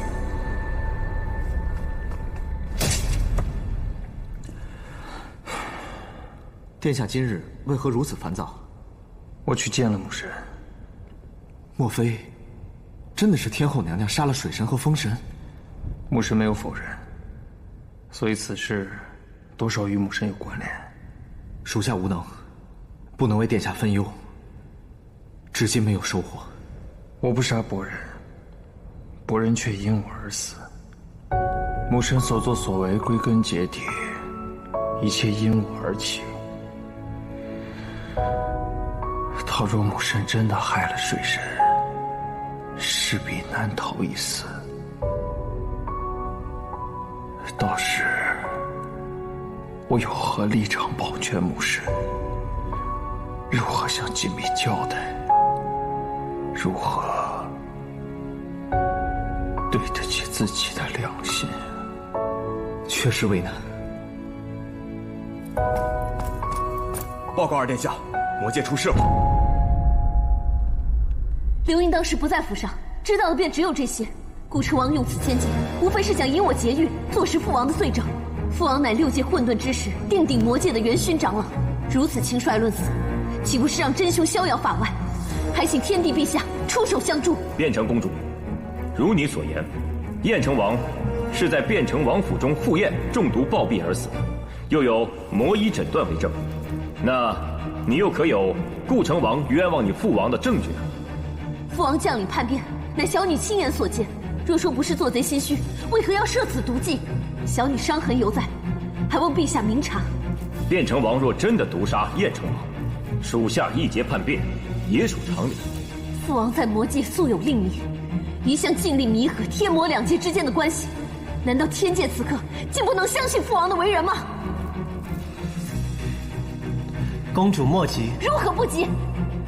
我们卞城王府素与天界交好，此番被顾城王陷害至此，父王蒙冤受屈，不日处死，刘英万里求援，陛下却坐视不理，未免太令人齿寒。本座念你负伤鸣冤，心怀不忍，才听你细述始末。如今众神皆在，卞城王被冤无凭无据，本座如何在万里之外去插手你们魔界之事？如今燕城王毙命，魔界群龙无首，局面大乱，天界过问也是无可厚非。刘英公主经此大变，又负伤而来，想必早已疲惫不堪。不如就先由太寺仙人带往天殿疗伤吧。小神遵旨。公主，公主，公主留步！若非顾念他们父女一向与天界交好，方才定治他无礼之罪。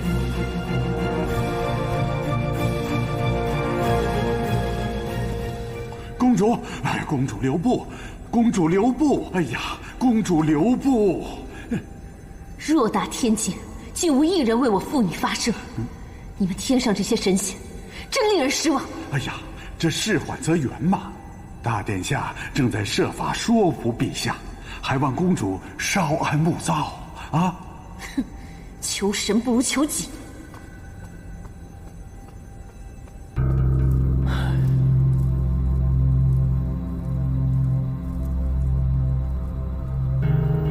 父帝宽宏，这刘英公主一心救父，虽有些强人所难，我们天界也并无立场插手干预。但若放任不管，魔界原本三足鼎立、互相制衡的局面便不复存在，不得不防啊！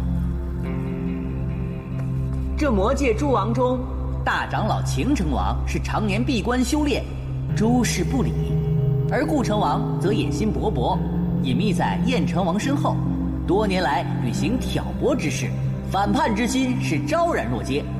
幸而有卞城王在此中制衡斡旋，才得了眼下太平。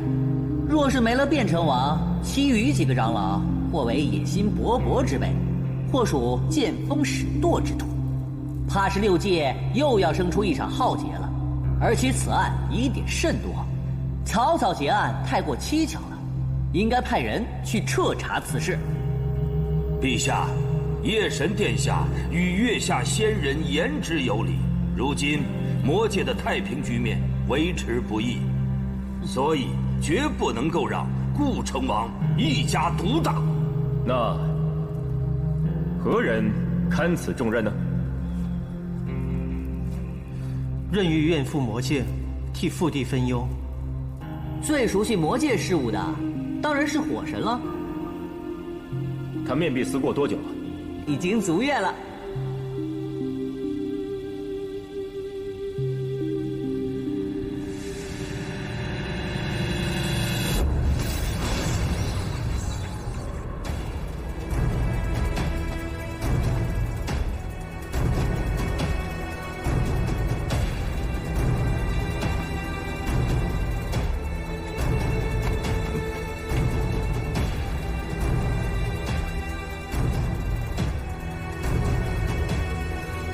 跪下！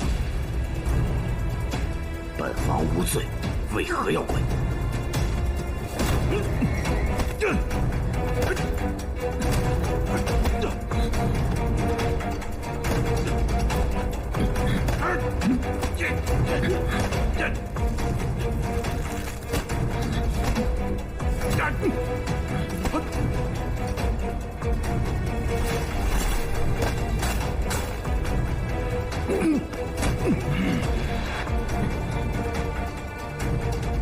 顾城王，你这么着急要杀我，做贼心虚吗？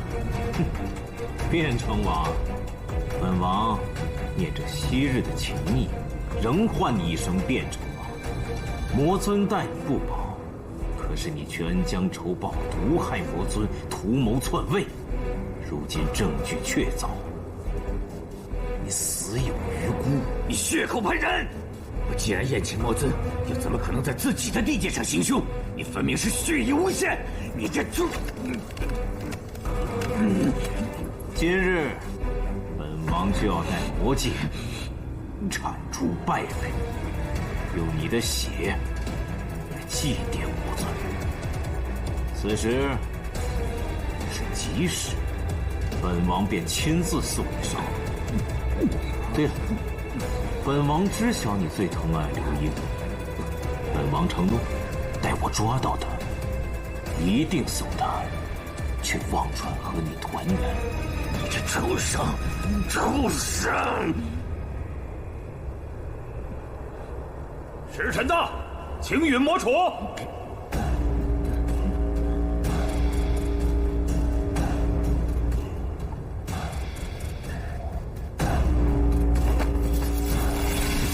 天道毕，日月至，出爻爻，入冥冥，魑魅魍魉。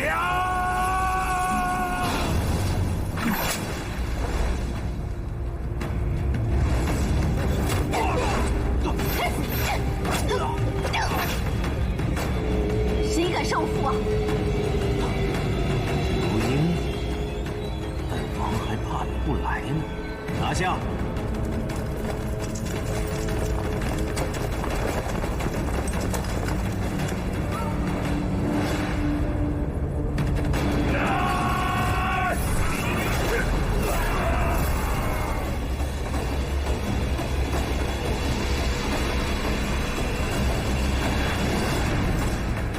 我当是谁呢？原来是灭灵族的余孽。本王今日就将你们一并消灭。无子，没事，快带你夫人走。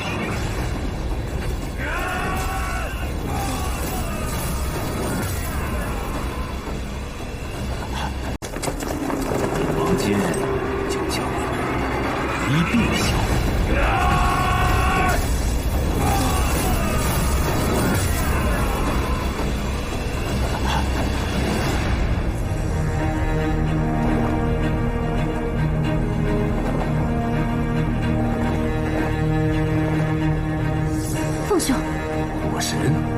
此案尚未结案，顾成王就迫不及待地定罪，未免失之空远了。此事是我魔界的自家事，天界未免把手伸得太长了吧？按理我天界不该干涉魔界事务，但天魔二界一向互相影响，魔界若不稳定，我天界恐怕也会深受其害。魔尊之死事关重大，与天界互通有无，也是魔界之责任。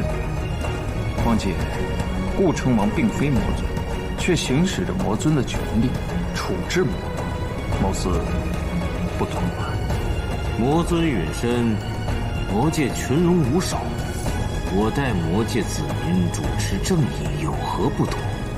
再说，我魔界律法岂能任人践踏？是否正义，要先查过再说。顾成王不必急于一时。天帝闻说魔尊暴毙，万分悲痛，特命本神前来协助顾成王调查清楚，以免枉杀无辜。顾成王若不情愿，不如前去天界，与我父弟商议商议。好，既然天帝有所怀疑，便细细的查就是。只是魔尊是在卞城王府遇害的，如若找不到凶手的话，还要为卞城王施怒。好，给我3日，查出真相。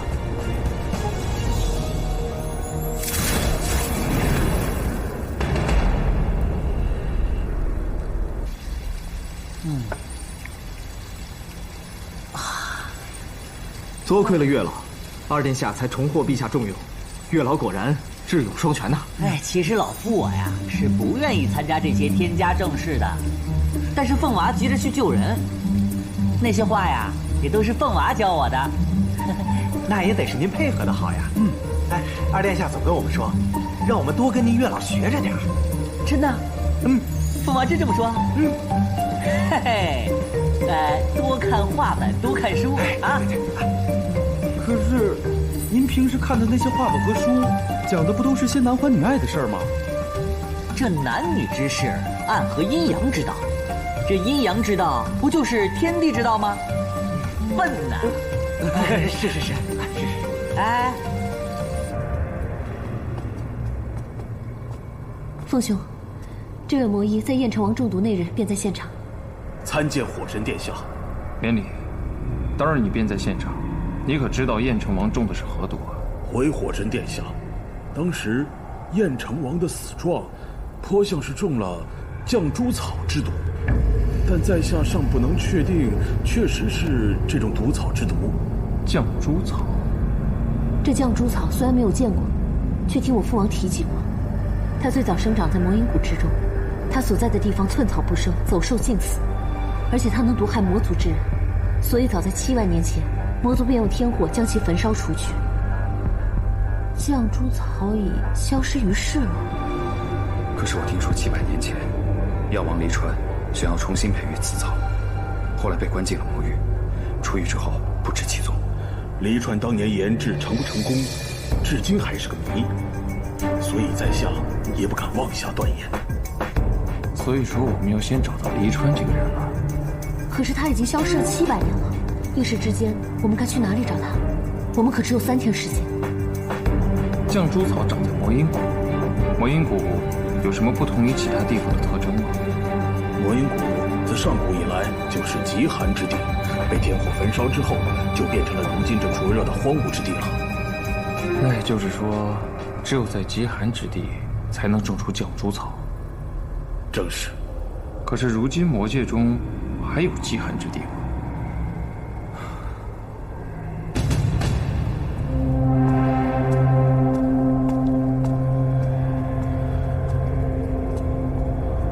我在西边没有发现，你们呢？东边一无所获。自从魔音谷变成炽热的荒原之后，魔族便没有了极寒之地，而那些猛兽出没的未知地带，纵使有极寒之地，也很难进入。我不相信有人有本事去那里种植绛珠草。方才我在眉山的山腰处发现了一个结界，结界之内的温度特别低，可是这个结界非常坚固，我未能攻破。看看去。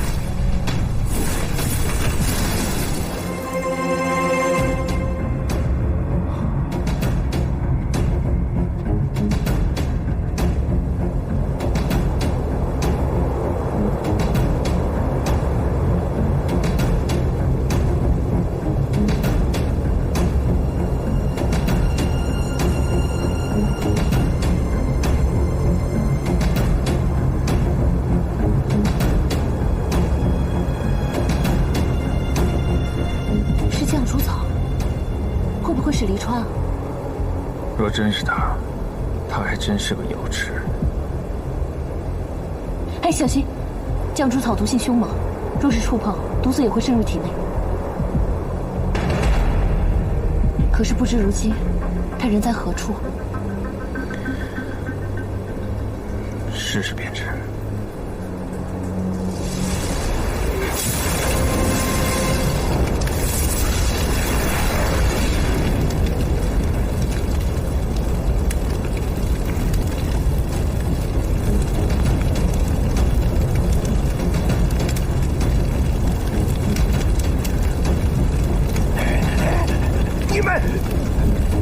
你们，我的绛珠草！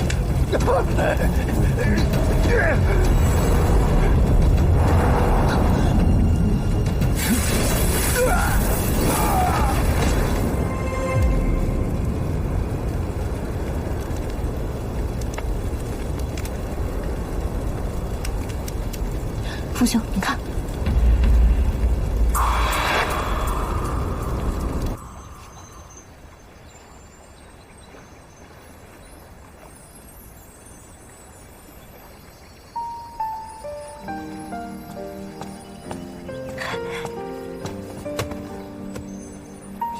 呀，蜜儿，这好几日不见，你怎么又瘦了呀？我这情爱画本虽然好看，但是你也不能看得废寝忘食啊。不知月老前来，是又给我带了新的画本吗？这些啊，都是我从6界搜罗来的画本，皆是最受欢迎之作。谢谢狐狸仙了。不过，我方才看完这本《仙凡奇情》，这个故事讲的是一对凡人跟仙人的爱情故事，过程嘛倒是荡气回肠，只是这个结局似乎太残酷了一些。虽说这个仙人朝三暮四的不太妥当，可是万万没有想到，这个凡人最后却要了仙人的命。这个结局啊，是不是特别出人意料？那我可是冥思苦想了数月，反反复复议稿了数次，才定了这样的结局。这个画本是狐狸仙写的？看了这么多画本，难免寄呀，是不是很惊喜、很意外啊？我只是有一个不明白的地方。仙人的内丹精元乃是灵力道行凝聚之处，只有摧毁了内丹精元，仙人才能灰飞烟灭。可是书里的凡人只是戳破了他的脚趾头，为何也灰飞烟灭了？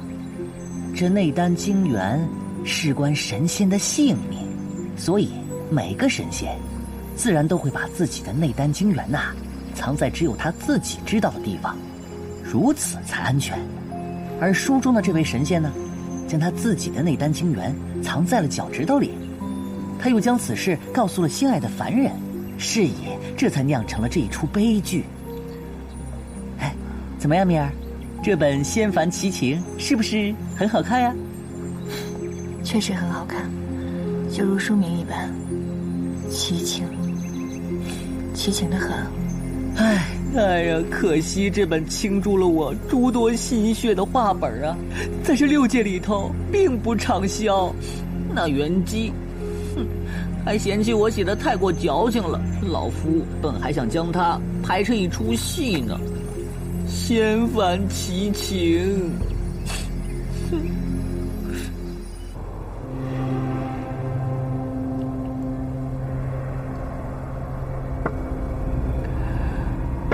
火神殿下，可是查出什么眉目了？我在弥山的一处结界中，发现了一片绛珠草。魔尊便是死于绛珠草之毒。绛珠草，据我所知，那毒草在万年之前便已被禁，消失于世了。顾成王可还记得黎川啊？就是那个700年前妄图重新种植绛珠草的狂徒吗？他在弥山设了一个极寒的结界，种植了一片绛珠草。也就是说，变成王是从黎川那儿得到了这株毒草，毒害了魔尊。并没有证据说明变成王与黎川有关联。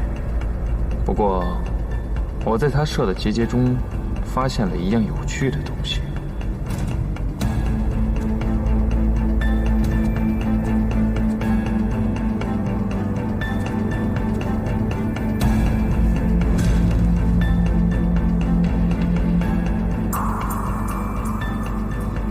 这温针的毒性，配上结界中极寒的温度，有助于绛珠草的生长。顾成王也知道，这温针出自穷奇之身，但现如今穷奇被关在天界，自然不可能与黎川联合作恶。不过，顾成王看管穷奇数百年，若手上有些温针，我倒是觉得并不意外。火神这话什么意思？难道你怀疑我是加害魔尊的凶手吗？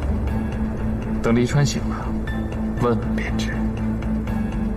一个疯子的话，不足为信。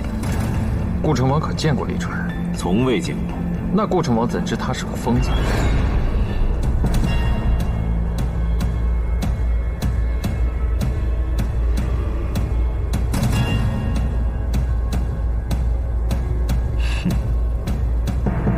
我只是听说罢了。不管怎样，明日之前，我定会查出真相，给天界和魔界一个交代。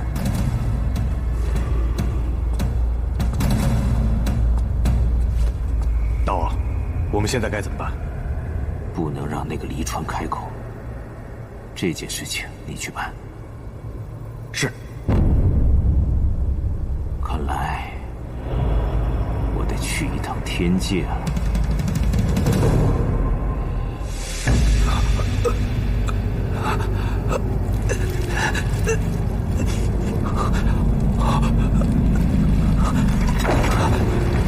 木慈，木慈，你怎么了？是世界天才，一切忍忍。凤兄可以救你，你忍一下，我去找凤兄，我让他来救你。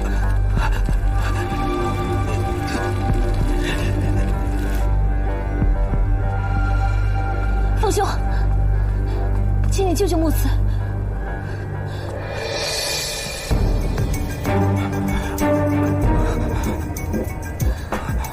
凤兄，求你救救木慈，你修的是火系法术，你的血可以供师姐天才吸食，能救木慈，我求求你。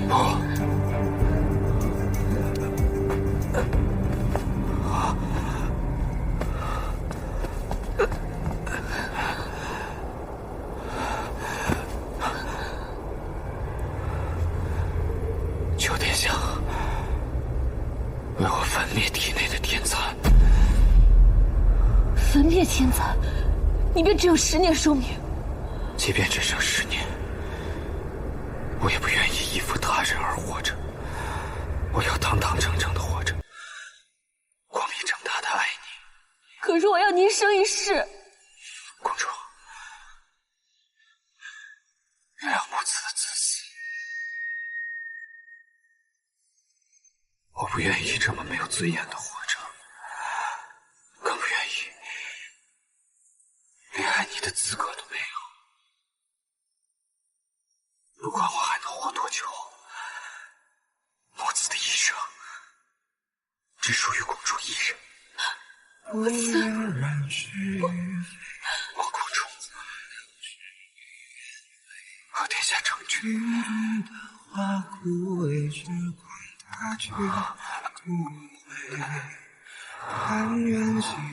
若我焚灭了你的天蚕，你不光寿数会减，灵力也会慢慢消失，最后形同凡人。你可真的想好了？想好了。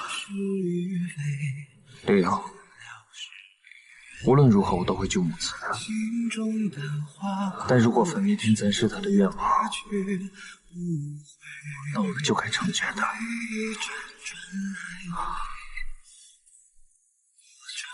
心扉，只愿余生无悔，随花香远飞。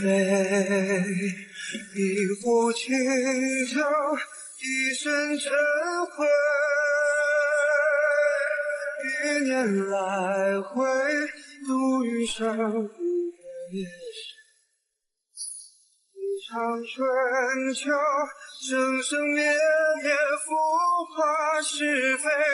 待花开之时，再醉一回。愿这生生的时光不再枯萎，待花开之时，再醉一回。愿这生生的时光不再枯萎，再回首浅尝仙酒，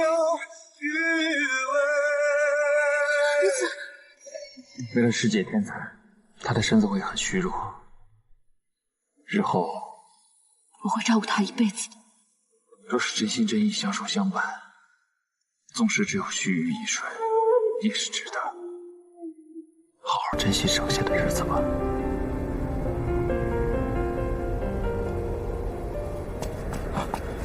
启禀公主，黎川方才在狱中毒发身亡了。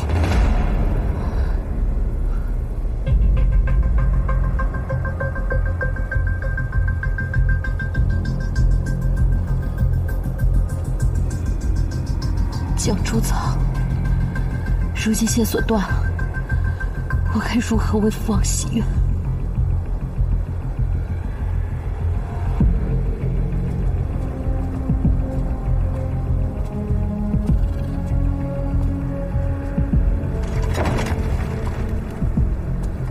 父王，殿下，卞城王，方才顾城王派人来说，火神已抓住杀害魔尊的真正凶手黎川。是，我们确实抓到了黎川，但他方才在牢狱中已死于绛珠草之毒。什么？此事一定没那么简单。我刚试探完顾城王，黎川便死了。此事与顾城王一定脱不了干系。我想，我们应该好好查查牢狱中的守卫们。见过卞城王，流英公主。殿下，你怎么来了？天帝得知殿下已经抓获杀害魔尊的真凶，还卞城王清白，遂命属下前来请您回天界。我尚未将此消息传回天界，父帝怎会知道我抓了黎川？况且，黎川只是毒草的制作者，真正的幕后凶手还有待追查。父帝为什么要这个时候召我回天界？属下只知道天帝命殿下速速回天界。既然这样，殿下，你还是先回天界吧。黎川之事，由我和刘英继续追查。此事多谢殿下出手相助，才能为我洗清冤屈啊！卞城王不必客气，你我都希望魔界能够太平。今后，魔界与天界能否和平相处、相安无事，还需靠卞城王多费心了。小王自当尽心尽力，请殿下放心。小心顾城王。木慈身体有何不妥，随时来天界找我。多谢凤兄救了父王，亦帮了木慈。日后凤兄有任何用得到刘英的地方，尽管开口。刘英自当赴汤蹈火，在所不辞。有你这句话便足矣了。告辞。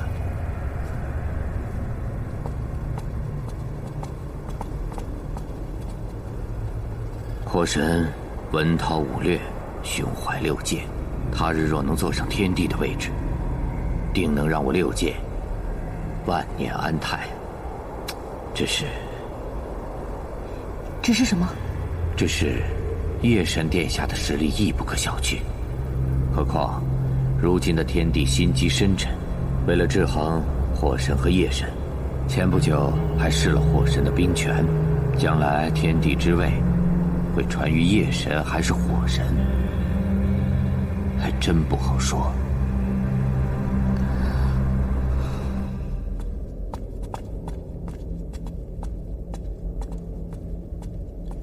旭凤见过父帝。此去魔界，你辛苦了。不知父帝为何要将我匆匆召回？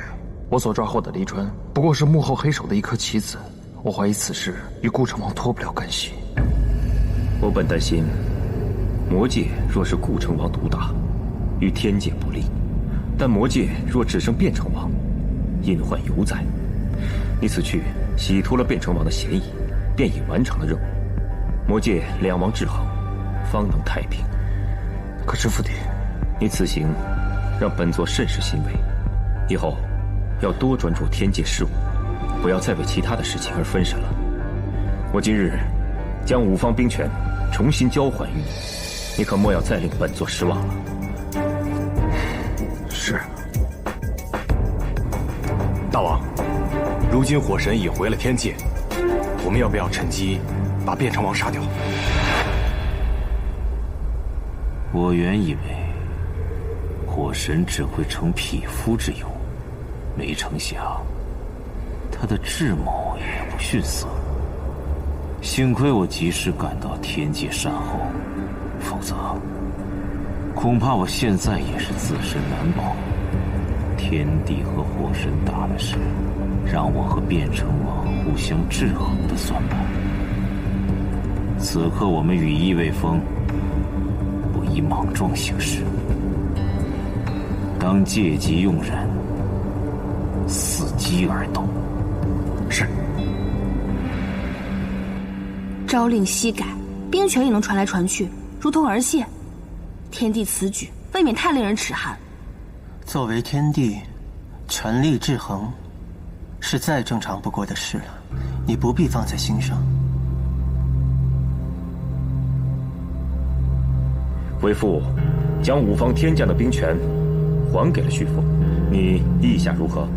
心中可有什么委屈？回父帝，父帝如此安排，甚是妥当。文道有先后，术业有专攻。旭凤掌兵日久，在军中素有威望。润玉所长并非军务，原本也只是代为托管罢了。若临变故，还真怕指挥不动。你执掌八方天将时，军中莫非有什么议论？他们可是心中不服。是儿臣自望不足，与他人无关。罢了，此事本座自会去彻查。我再交给你一桩新的差事：顾成王不日将会继承魔尊之位，你下一趟魔界，待本座向顾成王宣谕旨意。魔界事务一向由旭凤主持，儿臣怕。哎，旭凤行军打仗时，与顾成王积怨颇深，恐有不便。儿臣遵旨。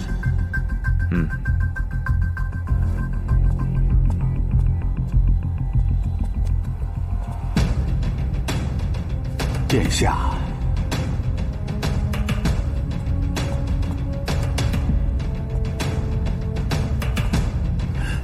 参见陛下，已上了12道封印。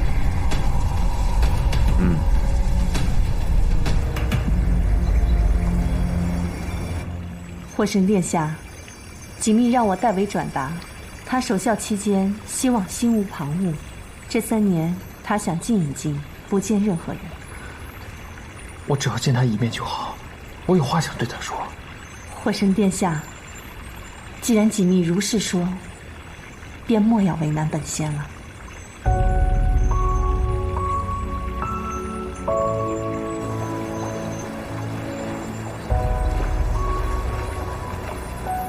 爹娘林秀仪，我该怎么办？我该怎么办呢？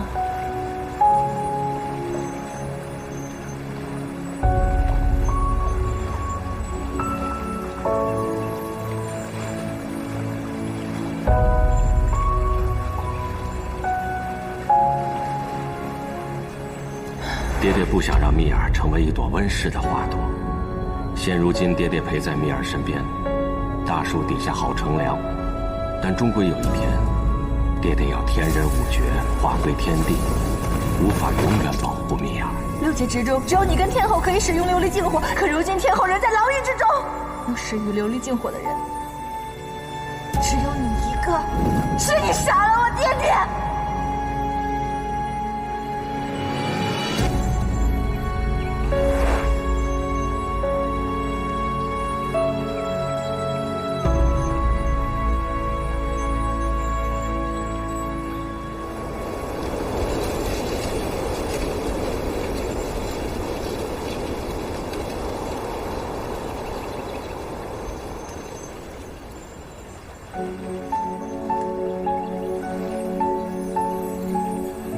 爹娘，你们放心吧，我一定会让所有人知道，到底是谁害了爹爹，还有林秀仪。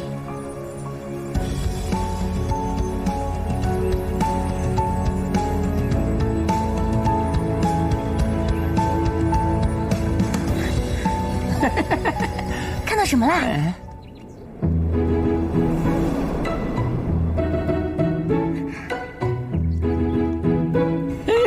给我看看，给我看看。有情人终成眷属啊，真好。对啊，锦觅和夜神大婚的日子就快到了。哎呀，这日子过得也太快了。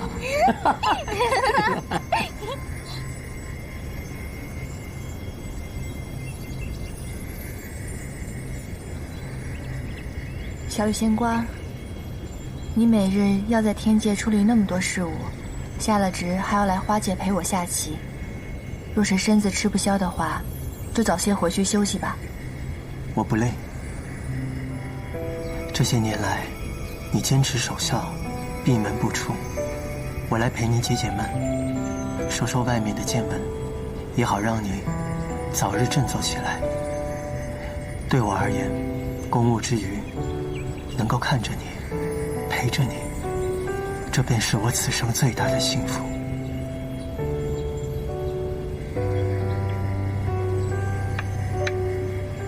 你若下在此处，10步之内必输。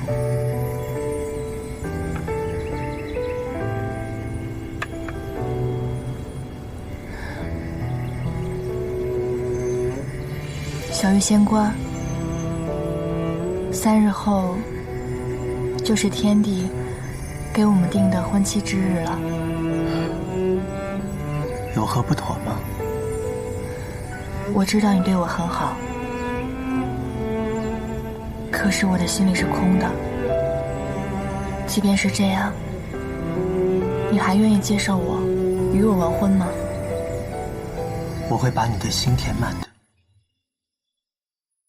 你只要允我这个可以正大光明呵护你的位置。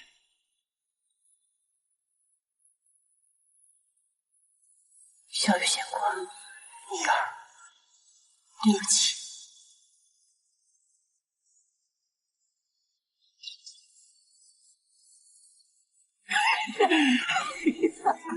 哎呀，夜神殿下呀，真是出淤泥而不染呐！哎呀，没想到天家这对歹笋里还能出这么一株好竹。我早就说过，夜神殿下不同凡响。可是你之前呢，还嫌弃人家。哎呀，你别老跟我提之前的事情了。原来我确实眼界太窄了，以偏概全，冤枉他了。他送我那个惊雷鼓还真的是好用呢，兔子听见了都吓得四散逃窜。给我试试，给我试试。好好好好，哎，你试试，你试试啊。哇，你轻点儿。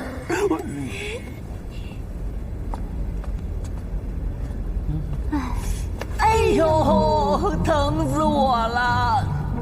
人杰，你这匆匆忙忙的，为何呀？别提了，水神跟夜神殿下大婚在即，我这不是急急忙忙的去给天帝送九霄云殿内诸位仙家座位排布图。哇，如此重的任务都交给你了呀！看来我这个兄长对你颇是信任呐，人杰。你这个飞黄腾达的日子指日可待呀！哎，诸位仙家关系本就复杂，有些仙家万万不可置于一处。如若到时位置安排的不妥，怕是这将来有一天他们都要埋怨死我。这分明就是个烫手山芋。哎，不如你来帮忙出出主意吧。我有个好主意，要不咱俩换换，你替我主持大婚，因为我不能眼睁睁看着我家凤娃永失所爱呀。呵呵，月老，谁叫天地钦点的你呢？只有你能堪当此任，好好主持吧。哼，没一个靠谱。唉。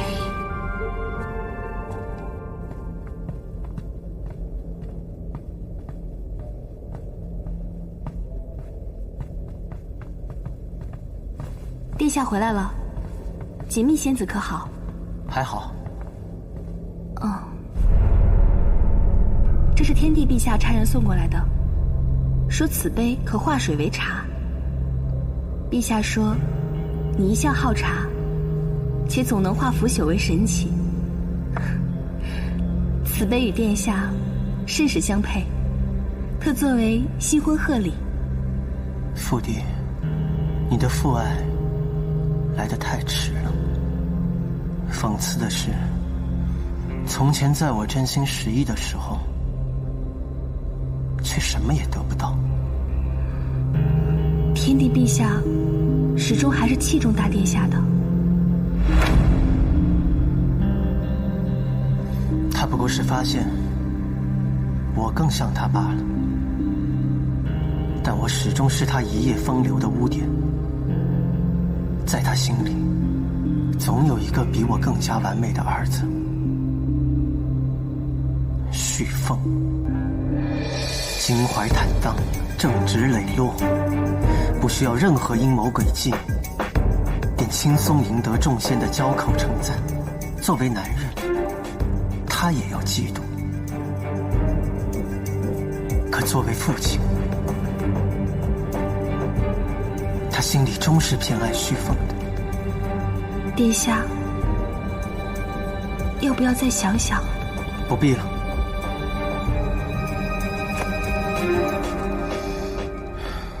这3年来筹谋的一切，岂能前功尽弃？通知鸟族和3方天兵，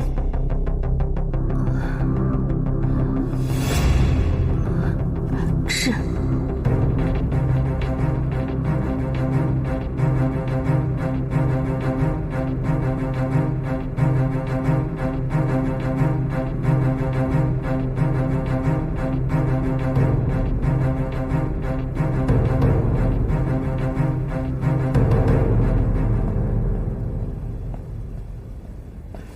殿下，岸上来报，3方天兵最近暗暗集结，且鸟族也有异动，仿佛是要有大动作。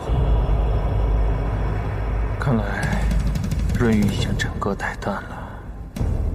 殿下，我们是不是应该做些什么？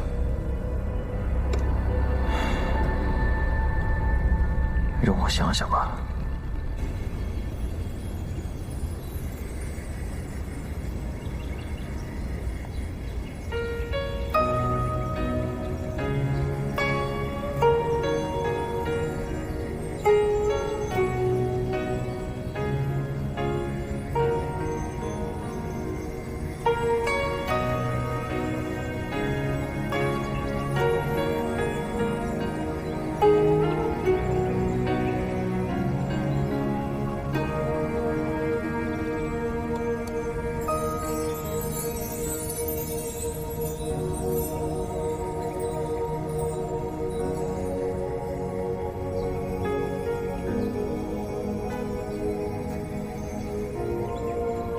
锦觅，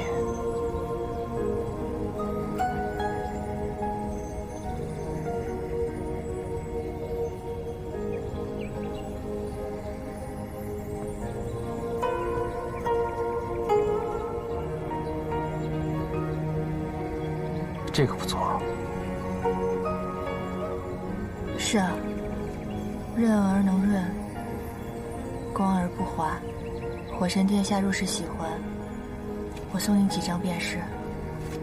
我是说这诗不错，不写情词不写诗，一方素帕寄相思，心之皆了颠倒看，横也思来竖也思，这般心事有谁知？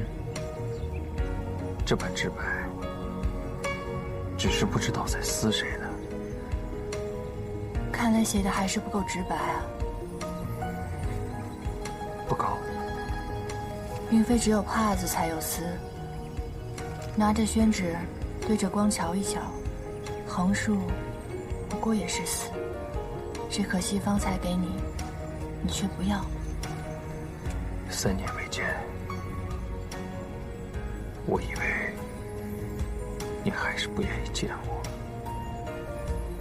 3年没见，我想了很多。我还是相信，爹爹不是你杀的。水神之事，与我却有关联。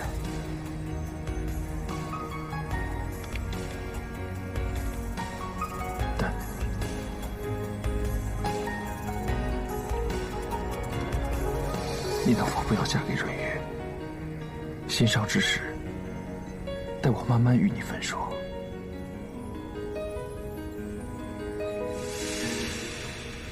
我与夜神的婚约，乃是爹爹之愿，天地之令，让我如何抗拒？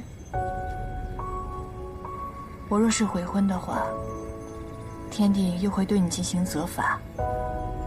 殿下前途未卜，锦觅担不起这个责任。不论如何，